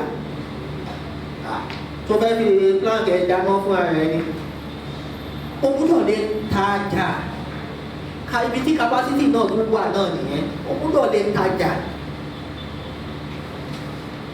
you must have ta ló tún fẹ́ ká lo business o àti lo POS target set target open multiple branches má dúró sójú kan kò ṣe ní mòkúrò ló ní ìlú campus ló imagine tẹ́lẹ̀ máa fẹ́ ṣe POS business ilé Ifẹ̀ 20 slots 20 location máa ní tẹ́lẹ̀ pé wọ́n máa tẹ́lẹ̀ pé $100 àmú make everyday ní gbogbo location yẹn $100 times 20 èlò nìyẹn to make $1 million ṣé kò ní easy fún mi ó máa easy the same thing pẹ̀lú Norland náà now kọ́dísẹ́ kọfì yìí ó dáa fún immunity láti boost immunity wa ó dáa fún àwọn married men wọ́n lè máa perform dáadáa ó dáa fún kọ́dísẹ́ kọfì yìí ó dáa pẹ̀lú wà married báyìí tó kò ń lò dáadáa ó lè ṣiṣẹ́ dáadáa bẹ́ẹ̀ ẹ mọ̀ iṣẹ́ tẹ́lẹ̀ ń ṣe immunity wà ń bẹ̀ wọ́n máa fún ẹni àwa tá a bá ṣiṣẹ́ agbára ìwé mi báyìí mo lè wá bí nǹkan látara ti di dáadé kí n máa sọ̀rọ̀ ẹbí pé mo ti sọ̀rọ̀ báyìí a lè ní wo táìmù wa mo lè gbẹ̀ngẹ́ yìí bí eléyìí for the next 5 hours kí n má fi kàn pa méjì you understand now so that energy this thing will give you there máa ní energy bracelet but èmi kì í ṣe èmi tá a máa fi explain gbogbo products ọ̀la 4 hours la máa ṣe pọ̀ lọ́la èmi 2 hours ọ̀gá ti sọ pé kò keep to time àdẹ̀ní pé kò ní dandan kó dáa pọ̀ mọ́ Norland that's the list of the reason why we are gathered together a sọ pé àwọn tá a bá wà WhatsApp a máa create WhatsApp group fún wa a máa mentor nǹkan tá ẹ ní ìdìbà ẹ̀ ó lè different fún nǹkan táwọn ní nǹkan táwọn fẹ́ ó lè yàtọ̀ ẹ̀ torí pé àwa ní ìmọ̀ àwọn èèyàn wa náà wọ́n pọ̀ ní láti ìlú lóríṣiríṣi kan ń bọ̀ láti Calabar lọ́la àwọn kan ń bọ̀ láti Èkó ọ̀gá wa tó ṣe sọ̀rọ̀ tán ní ẹ̀kọ́ yẹn àti Òṣogbo làwọn ti wá a sì ti ní àwọn tó pọ̀ láti ní Ifẹ̀. ẹ̀yin kó ohun mi kọ́lẹ̀ ń gbọ́ lórí rédíò ohun rédíò yẹn yàtọ̀ ara àwọn èèyàn wa náà ti nìyẹn. so nígbà adékẹ́ wá darapọ̀ mọ́ Norland is beyond selling products ẹ̀ wá belong sí a platform tó máa empower wa. so bó o lè ṣe lè join Norland àti pẹ̀lú kékeré tí mo sọ wọ́n ṣe ń mẹ́kọ̀ọ́ owó ní Norland ọ̀nà mélòó mo pè é ọ̀nà mẹ́wàá gbogbo ilé tí mo sọ báyìí ò tí ì lè tó mẹ́ta bẹ́ẹ̀ ṣe lè join àkókò àsáré sọ fún dàgbà ọkùn fún question tó bá dọ̀la kò sí rọ́ọ̀ṣì lọ́la àwọn àdé lọ́la a máa sọ fáwọn àwọn ìdètú ẹ̀yọ̀ èsì wa gbọ́dọ̀ ṣe dáadáa ní ọ̀la ó dàbí ìṣẹ̀lẹ̀ ògúnnáńdógó àbí ògúnnáńdógó a máa kọ̀m̀plé fún ọ bóyá fáànù máa lọ gbé wáyé níta máa dè sí ó lè because àgbọ́ pé òtẹ́ yìí kó lórúkọ ó lè dá láti wá bí bẹ̀ kó wáyé kó jẹ́ pé ẹ bá dé tàbá ẹ̀ nígbà èsì wọn àmọ́ nǹkan tó ṣe é sì wọ́n o àkọ́ fi pépà àfi ń fẹ́ ra ni ẹ mọ̀ pé bad review nìyẹn kò lè dá fún business torí business ìwọ náà gbọ́dọ̀ máa wò ó ní àwọn reviews yìí kí làwọn èèyàn ń sọ pa 20 mi tó tọ́ba ti rí 20 yẹn ṣé design ẹ̀ dáa ṣé ó yá ẹ bá wa share ilé ìṣòríkù ẹ bá wa share for everybody tó bá wo ilé ìbá ìwà wò bá ṣé printing yìí dà lójú ẹbí bá náà wà ń ta ẹbí bá yẹ ká tó wọlé yẹn ẹni tó ṣòwò bá ṣe dáadáa àlè gbéṣẹ́ fún mọ́ so bóòlù la ṣe lè darapọ̀ mọ́ Norland láti join Norland nígbà pé gbogbo wa kọ́ ló ní capacity ẹ mọ̀ pé mo sọ capacity lẹ́ẹ̀kan yẹn olùdókè ayò gbogbo wa kọ́ ló ní capacity Norland ní pé tẹ́ bá fẹ́ join level stockist tí àwọn èèyàn wa tí wọ́n ń ṣe tó bá fẹ́ tó ẹgbẹ́ pé agbára tó fẹ́ gbé wọlé nìyẹn capacity ẹ̀ 6 million naira lọ́wọ́ mi ṣe 6 million to join as a stockist ó ti yẹ yí bẹ́ẹ̀ as a stockist 6 million now ọmọ pé kí n yẹ gbogbo wa ló lè ṣe stockist wọ́n wá ní diamond member tó wà tó jẹ́ pé ìyẹn náà tún wà lókè dáadáa ìyẹn to become a diamond member which is the best plan èmi báyìí diamond member ni mí to become a diamond member is 1,350,000 naira ìwọ́n fún ààrẹ ló máa select product mo fẹ́ àti plan yìí báyìí ọmọ yẹn tẹ́ fi bẹ̀rẹ̀ POS ọmọ yẹn tó fi bẹ̀rẹ̀ ṣé ọ̀fẹ́ náà fi bẹ̀rẹ̀ business ní business wọ́n máa ń pè kí ní kan àwọn tó lówó wọ́n máa lówó sí i àwọn tó lówó ẹlẹ́gàn tó ní tó rò pé o ní tó wọ́n máa gbà á mọ́ ẹ tí mọ kóòdù yẹn dáàbì mọ kóòdù yẹn lọ wọ́n máa gbà á mọ́ lọ́wọ́ ni so 1,350,000 lágbára Ọlọ́run ká tó parí sẹ́mínà lọ́la at least èèyàn márùn-ún ọmọ àjọ yẹn àdálẹ́wò at least èèyàn márùn-ún ìyẹn lọ́ pé capacity tó o bá ti ní savings tó 10 million o kò lè dédé kó 1.3 jáde kó ló fẹ́ fi ṣe business ló fẹ́ fi ṣe owó yẹn máa padà o jù dànù o owó tó bá kó sílẹ̀ wàá ká wọ́n fún ẹ ló máa wo product yẹn a máa fún wa ní ìwé product yẹn lọ́fẹ̀ẹ́ ká tó lọ lẹ́yìn ọ̀fẹ́ la máa fún gbogbo wa wàá kà wá lọ́la ẹni question tó bá fẹ́ béèrè tábàdébà yẹn tù lọ́la mo máa wà ń bè àwọn èèyàn wa náà máa ń bè a máa ṣe one-on-one consultation tó ní gbogbo wa ṣe wá ìlà capacity wa yàtọ̀ o gbúdọ̀ fira ẹ wé ẹnì kejì in fact tí ó jẹ́ pé ìwà àtọ̀rẹ́ ló wá déèdì ẹ gbúdọ̀ fira yín wéra experience yín yàtọ̀ information tẹ̀ fi ń run in life ló yàtọ̀ capacity yàtọ̀ and nǹkan àǹfààní tẹ́lẹ̀ ṣe fúnra yín ní èdè ni pé my capacity I want to increase it. Ó ti yẹ yín bẹ́yẹn now tó o bá ti lè ṣe o ní 1.35 million kí ni àfọ̀ ẹ̀ bí 700 the next one ó jẹ́ gold 700,000 kí ni àfọ̀ 700 yẹn 350 the next one wọ́n pè ní silver 350 kí ni àfọ̀ 350 bí 170 kankan there about èèyàn pè ní bronze kí ni àfọ̀ 170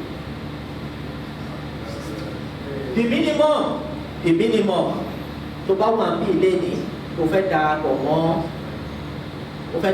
mọ́ wa àwa ló mọ̀ báyìí ò mọ̀ Norland o you understand na o fẹ́ darapọ̀ mọ́ wa o dẹ̀ wá fẹ́ darapọ̀ mọ́ Norland minimum yẹn o gbọ́dọ̀ ṣe minimum is 87,000 naira ìwọ 87,000 ìwọ náà ló máa pick ọjà tó fẹ́ o lè dé o ní hand sanitizer nìkan mo fẹ́ o lè dé o ní ẹ̀mẹ́lẹ̀ fún mi tó bá wá fẹ́ treat àwọn èèyàn pé ìwà mọ́dà mi wà ń dé ẹsẹ̀ ẹ̀ dùn wọ́n pè ní arthritis wọn náà ní òògùn fún o lè nígbà owó ti tẹ̀lé o ẹ bá mi ṣa nǹkan tí ìwà mọ́dà mi lè lò so be it ẹ bá wa pín flyer product flyer ẹ bá wa pín sharp torí àdúgbò close like 6 to 7 ẹ jẹ́ kí ni ó kún floor fún question ẹ mọ̀ pé nǹkan tí mo sọ lẹ́yìn báyìí pé tó bá rà á tó tún ta 20% profit business wo là ń ṣe tó fún wa ní 20%. Mo lè sọ fún yín àwọn tó ń ta biscuit ta ló ní experience nípa retail the biscuit ní kọ̀ọ̀kan èyí náà fi ń ta wà ní pálí kan báyìí wọ́n lè ní 15 naira ní léèmí o kò tó lè rí business dá fún ẹ 20%. The business must be correct business. And get it right. So that jaka wo flow for question. A ṣe ní kọ́mọ́kọ́mọ́ a máa fún wa nọ́mbà ìwọ tó bá ti ní question. Tá bá ti ṣe tán a máa wà ń ta a máa wà fully ọ̀gbà. Bẹ́ọ̀lá we will be here all through. One-on-one question. Tó bá ti ní question tó bá ti àti jọ wọ́n lórí business àti finance. Kí n ṣe Norland mo question ẹ̀ wá a máa solve everything. Yes sir, number one sir. Praise God. Hallelujah. I'm not in Ile-Ife here. I just came from Kano. Today taking 1 week that I came back. Awesome. I'm the son of Ile-Ife. Awesome. You see, this my coming here today is a big privilege to me because in the first instance, I told my junior brother in Ife here that he had just seminar that I heard about it on the radio. He said that, sir, uncle, brother, what did you going? I said, but I have intention to come. Then yesterday, someone called me from here. And then I replied, I said, yes, I'm coming. And then, you know, I'm a bit upset because I'm about to relocate back home after almost 50 years in Kano. Wow. I don't learn work in Kano. I learn work in Ile-Ife here before I travel. But fortunately for me, I'm so happy that my children, I trained them. And then they do wonders for me that I cannot forget in my life. Wow. Are you getting me? Yes, I bought me a car. They are building my house. Wow. They do so many things for me. Wow. I really thank God for that. Because my coming here today, it gives me a very, very opportunity to hear what I have not heard before. I really thank God for your life. And then I will be here tomorrow by the grace of God. You join, which package will you join? Which package? Tomorrow. Tomorrow, please. A lè mú owó yẹn wá lọ́la ni so that because ọ̀la yẹn ká tó ṣe tán lọ́la àwọn kan máa ń make owó pè é bá ṣe máa ṣe sẹ́mínà wa nìyẹn o ká tó ṣe tán lọ́la àwọn tó bá jẹ́ fast taker tó yẹ pé they take action fast ẹ bàbá àwọn kan lọ́wọ́ kọ́ dédé ní tẹ́ ẹ̀jẹ̀bù abẹ́ ẹ̀jẹ̀bù ìwọ tó bá kọ́kọ́ darapọ̀ mọ́ Norland náà ẹ̀bù ti wà fún ẹ mo gbé Norland yẹn wá first person tó bá kọ́kọ́ register ọ̀fẹ́ mo máa fún ẹ wé this book is 3,000 Norland àti glass gbogbo ìwé tó wà gbogbo kọ́tẹ́yìn gbogbo òyìnbó tí mo gbogbo Yorùbá tí mo ti sọ látàárọ̀ òyìnbó ẹ̀ wà bí everything about Norland tó bá fẹ́ rà á ká tó lọ lédi 3,000 tó lè rà bẹ́ẹ̀ but anybody tó bá kọ́kọ́ join Norland tá a máa fi ṣẹ̀dáàpù lọ́la tó wálé ní o ó dẹ̀ ti darapọ̀ mọ́ wa ọ̀fẹ́ ni mo máa fún ní ìwé first person ní o kì í ṣe first tv o kì í ṣe first 10 ní o kì í ṣe first 20 o àwọn kan wálé ní ra ọ̀la ló máa kọ́ for the first time so ìyẹn wà bẹ́ẹ̀ at least minimum package which is 87,000 owó tó bá fi sílẹ̀ náà ni ọjà náà tó máa pick. One question please. Yes, Daddy. Ìbéèrè mi ni wípé ẹni tó bá fẹ́ darapọ̀ ní ọ̀nà báyìí. Bẹ́ẹ̀ sá. Either 6 million, either any level. Just wait. Yes, sir. Either the least or the minimum of Bẹ́ẹ̀ sá. 7,000. Bẹ́ẹ̀ sá.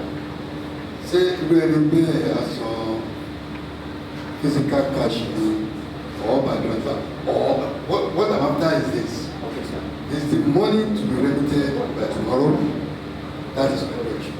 The money for registration. Now, ẹni tó bá kówó ẹ̀ wá lọ́la bóyá káàṣì ló kó wá o bóyá o máa transfer ẹ̀ sí wa ni o ọ̀nà méjì ni o lè transfer ẹ̀ sí wa which we encourage. Àwọn tó máa tí a kó product fún wa ní ilé Ifẹ̀ wọ́n ti wà lẹ́yìn.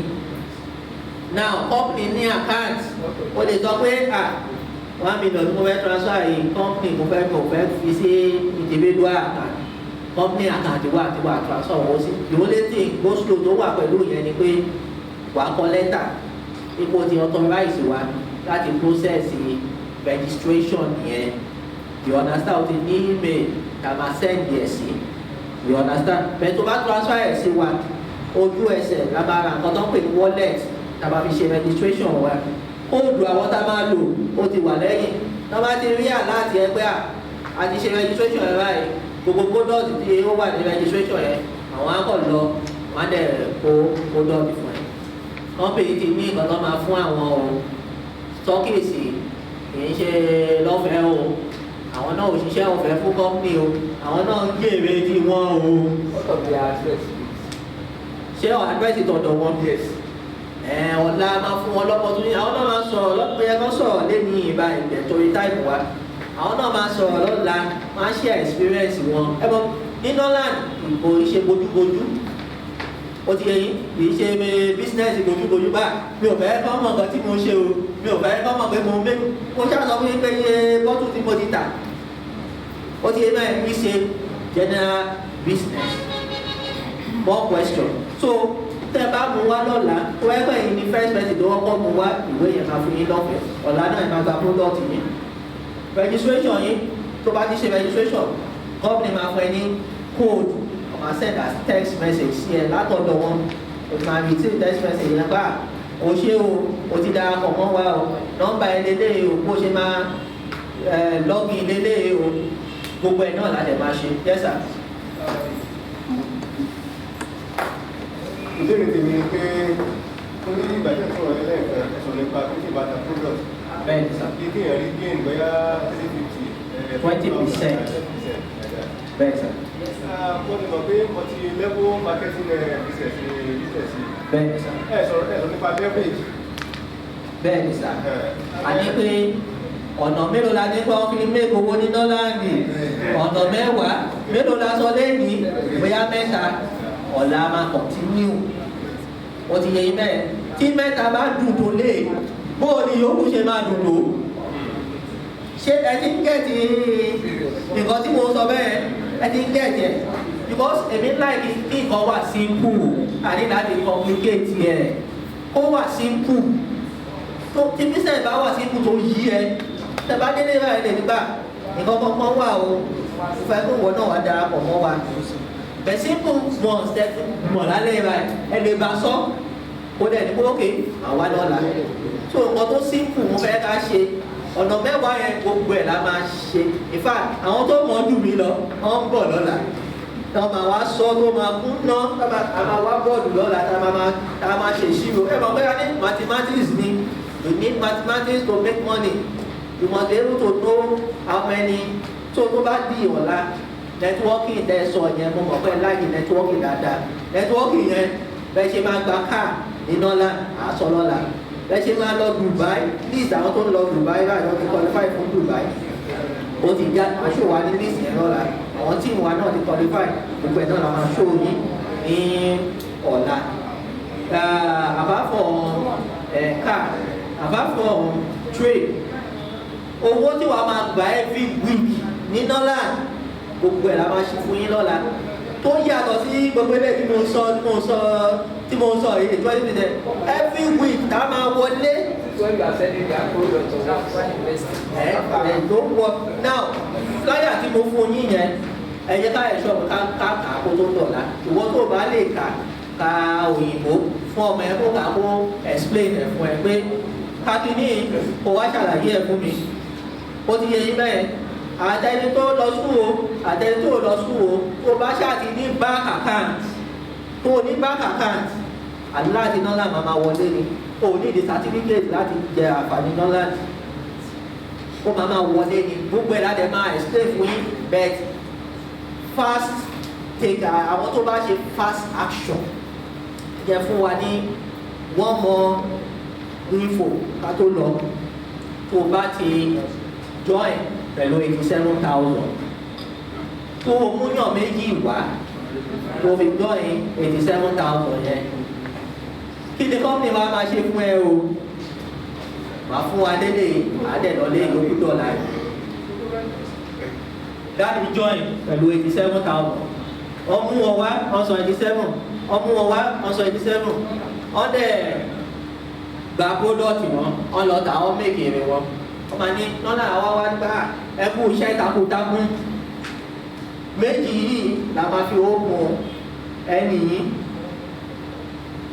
the following week ẹ máa rówó yẹn ó máa wọnú wallet yìí the other week our account yìí straight ẹ ní láti mọ anybody Norland ẹ tó receive láti Norland now you will earn minimum roughly 28,000 naira ló máa wá káàtì yìí company àtúgbò gba iṣẹ́ tẹ́ ṣe yẹn afẹ́ jẹ́ kí afẹ́ settle yìí òun náà fi pè ní settlement wọ́n á ní pé ẹ wo Norland product yẹn a máa fún yín ní free voucher ẹ pick nǹkan tó bá wù yín 40,000 naira free of charge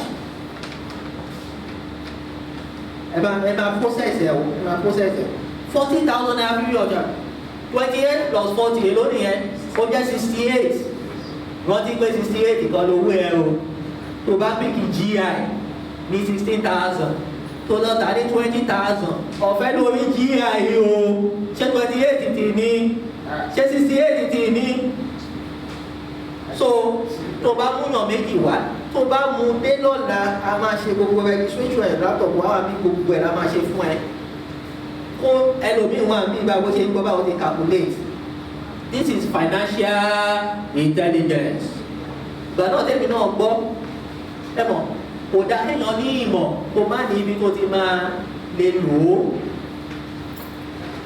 pẹ̀lú gbogbo ìmọ̀ tí mo nípa ìṣúná owó kí máa rí ibi tí mo ti máa lò ó ọjọ́ tí mo ti rí Norland báyìí mo ti rí ibi tó dáa tí mo ti ń lo ìmọ̀ mi ẹtí gẹ́gẹ́ bẹ́ẹ̀ sì wọ́n ló dẹ̀ gbé wa dé ìdí lè bẹ́ẹ̀ ní nǹkan tí mo sọ pé kò ní dandan kó wá join Norland ni o ìdí tá a fi wá sí ilé Ifẹ̀ kọ́ nìyẹn o financial intelligence yìí gbogbo wa la gbọ́dọ̀ bí òye so ìwé wà àwọn ìwé mi wá èkó tí mi ò sọ ọ́ pa o so ká tó lọ àdèwò bẹ̀ so that mo lè calculate pé mo lọ sí kí kí n tó jáde ní Ọbáfẹ́mi Awólọ́wọ̀ University soil science ni mo rí ní faculty of agri mi ò ṣàgbé ìmọ̀lé ní o gbà mo fẹ́ ṣe second degree masters mo lọ ní mi ò láìkí àgbẹ̀ yìí ìṣe pé mi ò láìkí owó tó wà lágbẹ̀ òun bẹ̀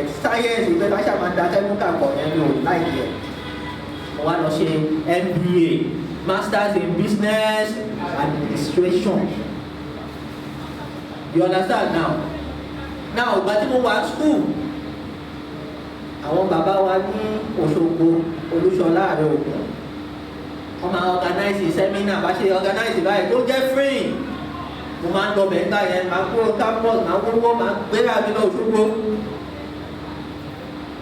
by the time máa fi parí school báyìí Facebook máa kọ́kọ́ ìwé yẹn wà bẹ̀rẹ̀ fún ní 1,000 fún gbogbo Facebook ibi tí mo ti kọ́kọ́ yẹn náà nìyẹn gbà mo wá síbẹ̀ lé ní ìbáyìí mo ní màá kọ́ lọ síbẹ̀ pé wọ́n ti máa kọ̀wé sí ó ti tó 5 years mo ti kúrò fẹ̀ wọ́n ti máa kọ̀wé sí ìgbà tí mo débẹ̀ lé ní ẹgbẹ́ ìwé tí mo rà is roughly 30,000 naira ìwé yóò lè kàwé yẹn káyé mi máa kó máa tòrò kó máa kí owó máa wọlé yóò lè kà owó máa wọlé so ní financial intelligence yìí kò ní lọ́wọ́ kó jọ́ iná láàdó bẹ̀ wá ìwé tó máa kà pọ́pọ́lọ ẹ̀ máa fi ṣe kí ni àjí pépé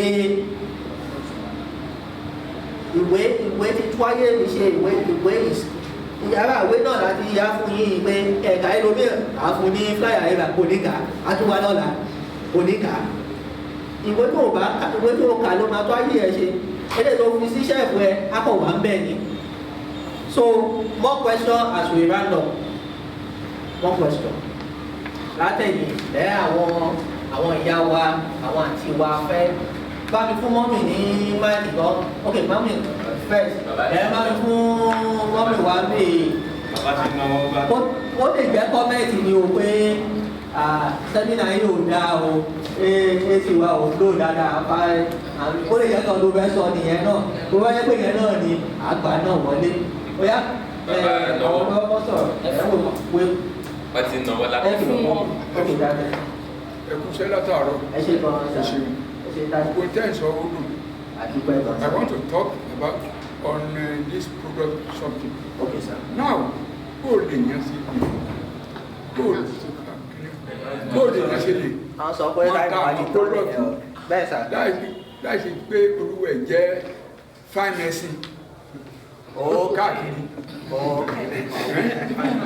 ok ọ̀nà náà sọ ni pé nígbà tó o ṣe pharmacy ní pé kó o ṣe máa ta ògùn yìí kì í oríṣi bí ọ̀nà mẹ́rin ló dá lé lórí but eléyìí tó súnmọ́ pharmacy tẹ̀ sọ òun ló ń pè ní fẹ́ẹ́bà yẹn dà bá ń gbé fẹ́ẹ́bà yẹn wá eléyìí tó súnmọ́ pharmacy tẹ̀ sọ òun ló ń pè ní supplement o ti yẹ mẹ́ supplement ni wọ́n ń pè wọ́n irú vision vital tí mo sọ lẹ́ẹ̀kan yẹn báyìí pèsè lẹ́ẹ̀ vision vital tí mo sọ lẹ́ẹ̀kan yẹn báyìí supplement ni ó yàtọ̀ sí paracetamol ló kàn lè máa tà anyhow ìyẹn o gbọ́dọ̀ jẹ́ pharmacy kó tó tà but supplement ó yàtọ̀ o ti yẹ mẹ́ anybody ló lè ta supplement o ti yẹ mẹ́ ó yà ìjọta vitamin C àti ẹni tó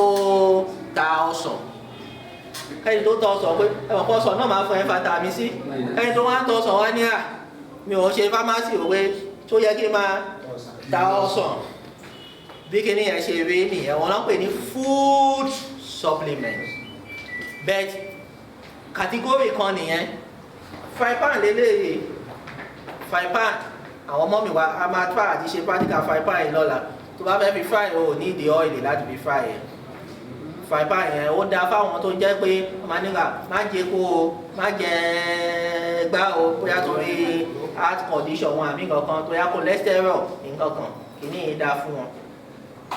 now mo mọ ẹnìkan Norland frypan yìí nìkan ló ń ta o frypan yìí nìkan gbàdúrà mo rí òyìnbá 20 èló ni frypan láti company 50,000 ni wa 50 50 ni wà wá ta ní 60 wà jèrè àtìgbà tí mo rí woman yìí sẹ́ ó ti ta 20 of this fry pan tá a bá ṣe practical ẹ̀ lọ́dà ẹ̀ máa mọ ẹ̀bọ̀n téèyàn bá mọ yìí nǹkan àkọ́kọ́ gbére ìjọba ẹni tó ní Rolls Royce mọ́tò ọ̀nà ìlú ní mọ́tò yìí ta bóyá ó ní mọ́tò kan tí wọ́n gbé fún ara àwọn tó ẹ̀nì jù ní Norland wọ́n pe máa yẹn ní Romeo bàtà Google mọ́tò yẹn the motor is close to 100 èló lẹ pé mọ́tò yẹn àwọn mọ̀ ń pa mọ́tò dáadáa tẹ bá fẹ́ ta mọ́tò ẹ fẹ́ ra mọ́tò kankan àwọn mọ̀ ń pa ẹ̀ dáadáa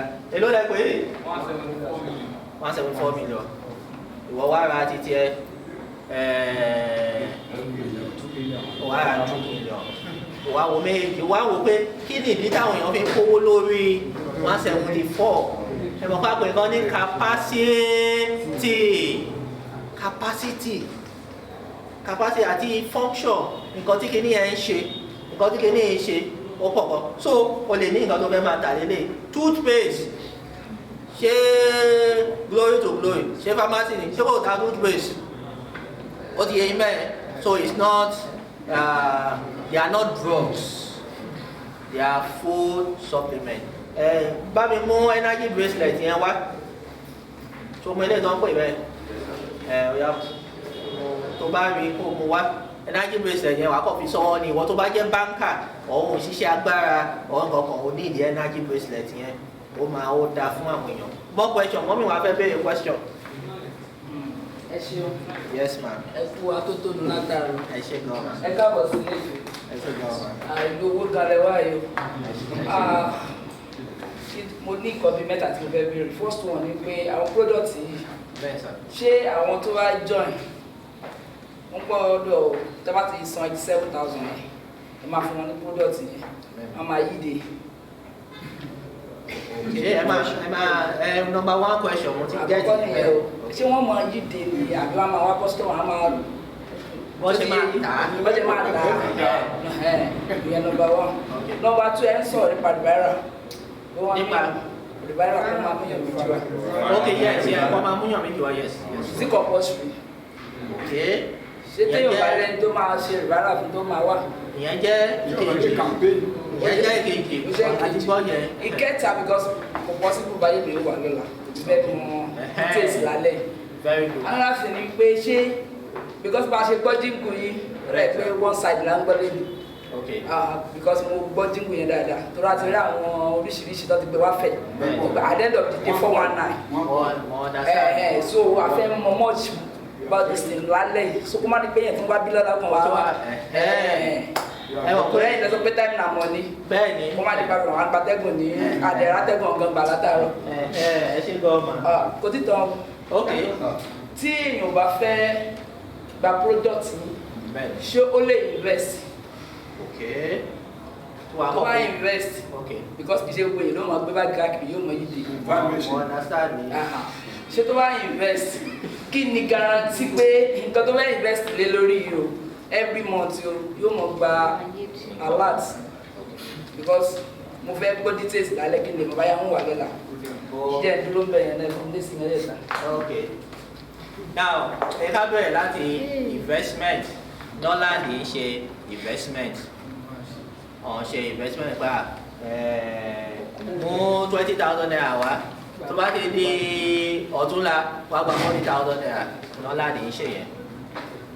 Alright.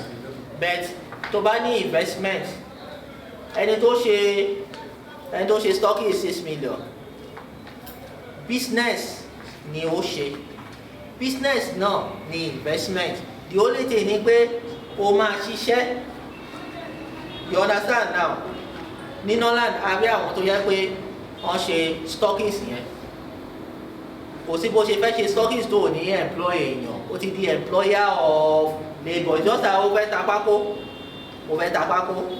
o wá ní pé ṣé máa kọ́ tí mo lè kówó sílẹ̀ kákọ̀ ṣáà fi pákó sílẹ̀ kó máa wọlé every month knowledge tá a fi ń ta pákó yẹn knowledge yẹn náà ó wà important ní Norland ó ti yẹ bẹ́ẹ̀ so Norland ń ṣe investment You understand? In fact, ó ní nǹkan tí wọ́n sọ ní ẹnu ọjọ́ mẹ́ta yìí, 2 billion ọmọ 25 years old, 2 billion ló kó lọ tí EFCC gbé. Ó lọ ń gbowó lọ́wọ́ àwọn èèyàn kiri pé wá kówó sí o 60% interest. Àwọn èèyàn dẹ̀ fọ́ fún lẹ́yìn MMM. Ẹ̀mọ̀ pé MMM ti ṣe lọ, àwọn èèyàn dẹ̀ fọ́ fún. Now EFCC ti gbé ń sìn. So because ó wá gbowó kò rówó san. So Norland ń ṣe investment.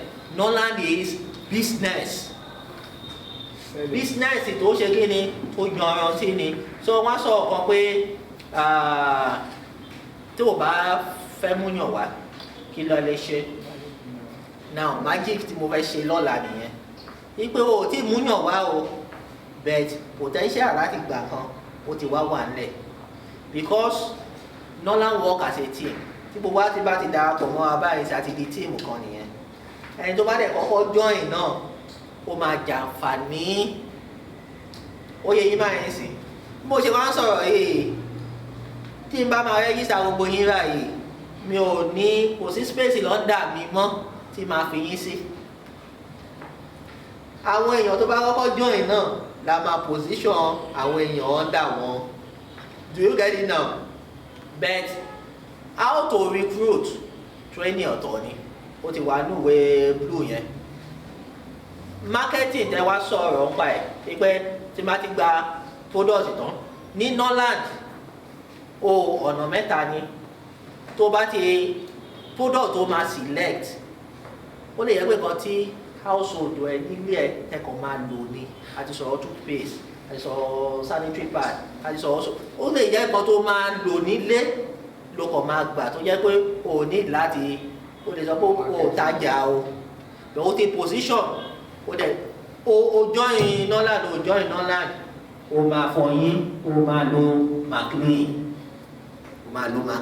ìwọ lè ti ní pé McLean yẹn o mú kọ̀ọ̀kan wá sápò ẹ̀. You understand? O join Norland wà lo hand sanitizer. O join Norland wà lo sanitary pad. So there are some things tó yẹ pé household tẹ́bádà mo fẹ́ join o nǹkan tí mo lè lò ń lé o àdébáyé ṣàjọ. So you don't need to sell. That you work the money you pay. You understand? But tó ń bò sell yẹn o ti position ipe even though gbogbo product mi mo ti lọ lò ó mo ti enjoy benefit ẹ̀ bẹ́ẹ̀ o kàn wá ní lọ́dọ̀ kan láti kọ́kọ́ dédé wọlé ni. Ìbòlédè ni wá wọ ní Norland ni. Ìdí nìyẹn tá a fi pè ní financial intelligence. It's not just about selling. Bẹ́ẹ̀ tó bá wá múra sí selling náà èrè bẹ̀ kò sẹ́ni tó máa gbà lọ́wọ́ ẹ̀ o. Gbogbo ilé tí mo ti tà báyìí kò sẹ́ni tó máa gbà lọ́wọ́. Now bó ló ṣe wá máa tà gbogbo ẹ̀ náà ló ní strategy láti tà. You understand now? So gbogbo ẹ̀ ni so it's not an investment. It's not compulsory you refer people, but if you refer people, you are going to make more money. You understand? But team wa, àṣẹ ìsọ́ṣẹ́ tó yẹ pé tó bá ti tètè position, ó máa jẹ mùlá, team wa ó máa jẹ mùlá tó bá tètè position. Ìdí nìyẹn tí mo sọ pé mo sọ níbẹ̀ mo ní gbogbo àtàbáwá bíi ká tiraka ká ṣe minimum package tó bá mọ̀ gbà. Agbára mi ò gbé diamond member o ẹ̀ ń ṣe minimum package ó ti ẹ̀jẹ̀ pé lè tó máa lo order ṣé tó bá ṣe tó darapọ̀ mọ́ wa benefit àwọn àǹfààní wọ́n máa bẹ̀rẹ̀ sí get over time you begin to enjoy the benefit. Bẹ̀bí mọ́mí ṣe sọ pé ọ̀ọ́ni wá lọ́la báyìí mo máa ní láti ṣe one-on-one further discussion pẹ̀lú wọn. So that at least àti fún wọn gbogbo nǹkan náà tí mo sọ náà ló wà ní flyer yẹn then mọ́mí ó lè jẹ́ pé mọ́mí náà ló máa kọ́kọ́ jẹ́ lọ́ máa gba free book mi ní no alẹ́ lọ́ máa gbà á ẹ mọ̀ action taker la gbé kínní more question mọ́mí náà fẹ́ béèrè question. Ṣé ẹ má bínú? Yes ma'am. Question tẹ̀lé o. Yes ma'am. Inú mi dùn láti darapọ̀ mọ́. Ẹ ṣe gan wọn. Mi tí darapọ̀ for today, maybe I will consult the man that I talk to that day lórí tẹlifíṣàn pé wọ́n bá mi orúkọ sílẹ̀. Bẹ́ẹ̀. Màá kọ̀nẹ́tì wọn. Ok. Màá wá fún wọn ní bí mo ṣe máa kẹ́ẹ̀tì wọn láti darapọ̀. Because mo ń process àwọn nǹkan kan lọ́wọ́ ní ìjọba oríṣiríṣi ní this kind of. Ìgbà tẹ́lẹ̀ náà, ok. Èkejì tí mo fẹ́ sọ, àwọn product yìí, ṣé téèyàn bá tó bá darapọ̀ tó ní access pẹ̀lú ẹ̀, ṣé ó lè transfer ẹ̀ kúrò ní ẹ̀ráǹdì kì í ṣe lókè òkun bí irú Mali bí Gabon, ṣé ó lè transfer ẹ̀? Toothpaste yìí mo ti send ẹ̀ sí Mozambique ẹ̀yìn ọ̀dà láti ibẹ̀ ó sọ owó ẹ̀ àti send ẹ̀ sí. So àti send sí UK àti send sí US. Norland náà wà US o address ẹ̀ gbogbo ẹ̀ náà la máa project lọ́la gbogbo ẹ̀ náà wà níwèé blue yẹn ẹ̀ tó bá fẹ́ rà 3,000 naira ló lè rà lálẹ́ yìí address gbogbo ibi tí Norland wà pátápátá lágbàáyé gbogbo ẹ̀ ni ó wà bẹ́ẹ̀ ní Nàìjíríà. Ní Nàìjíríà ìlú Èkó Ìkẹjà ní Ọ̀pẹ̀bí ní Norland wà nọ́mbà 35 Unity Street tẹ̀bá mọ̀yàn ní Èkó ẹ̀rẹ̀ nìkan lọ bá yé ṣẹ́ẹ̀kì ẹ̀wọ̀n bá ṣé náà túró ní àbí náà láàyè ẹ̀rẹ̀ nìkan kan ṣẹ́ẹ̀kì ẹ̀ fún ìgbà mo fẹ́ wò bóyá Norland wà Norland office tó wà mẹ́ẹ̀ tó bá dé mẹ́ẹ̀ bí báńkì wà rògbò wà ní èsì tó wà mẹ́ẹ̀ gan lóòjú bí lọ èsì yóò lò dáadáa a máa sọ fún wọn lálẹ́ yìí ọ̀la gbúdọ̀ yàtọ̀ torí experience tí a bá gbé lọ bí tábàárí gbọ́n ṣe dáadáa àdìgbé sẹ́mínà wà bí owó wọn àgbé lọ ìlú yìí. Any other question ká tó random? Yes, daddy. Then nípa pertaining to for the house use. Bẹ́ẹ̀ sir. It is once you pay once that they will be sending you certain amount as a gift or what, or you continue buy every time or what? Okay, because it's a product based. If you need more, you can come and buy. As you are buying, they are paying you 20% of what you are buying. To buy 87K registration, so I went got 20K, you fẹ́ wà order ẹ̀ o ní láti ṣe 87 kan. Nípa o lè order nǹkan ẹyọ kan, o lè ní toothpaste o bá mi fi kóòdù mi order ẹ̀.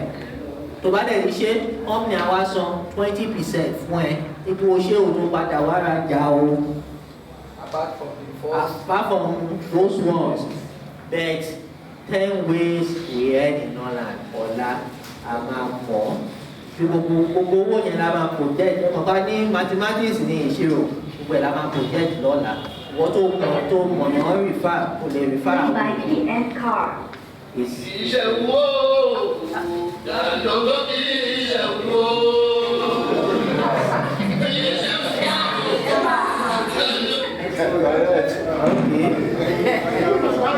ó dúnú dùrùwá yẹn náà dáa.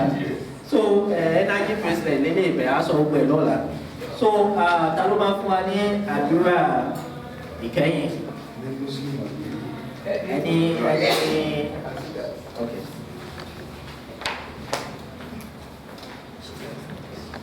Thank you, Lord, you are home. Forever you are God. Thank you, Lord, you are home. Forever. Àkórí ni kò ṣe fẹ́ni kọ̀ọ̀kan wa. Àkóyá ìdí ni kò ṣe fẹ́ni kọ̀ọ̀kan. Ọlọ́run Elédùmarè ọba jíjí ọba ìyanu ọgbọ́n àti òye tí wọn yóò fi máa tẹ̀síwájú Olúwa máa fún wọn. Orúkọ Jésù Kristi ni a gbàdúrà.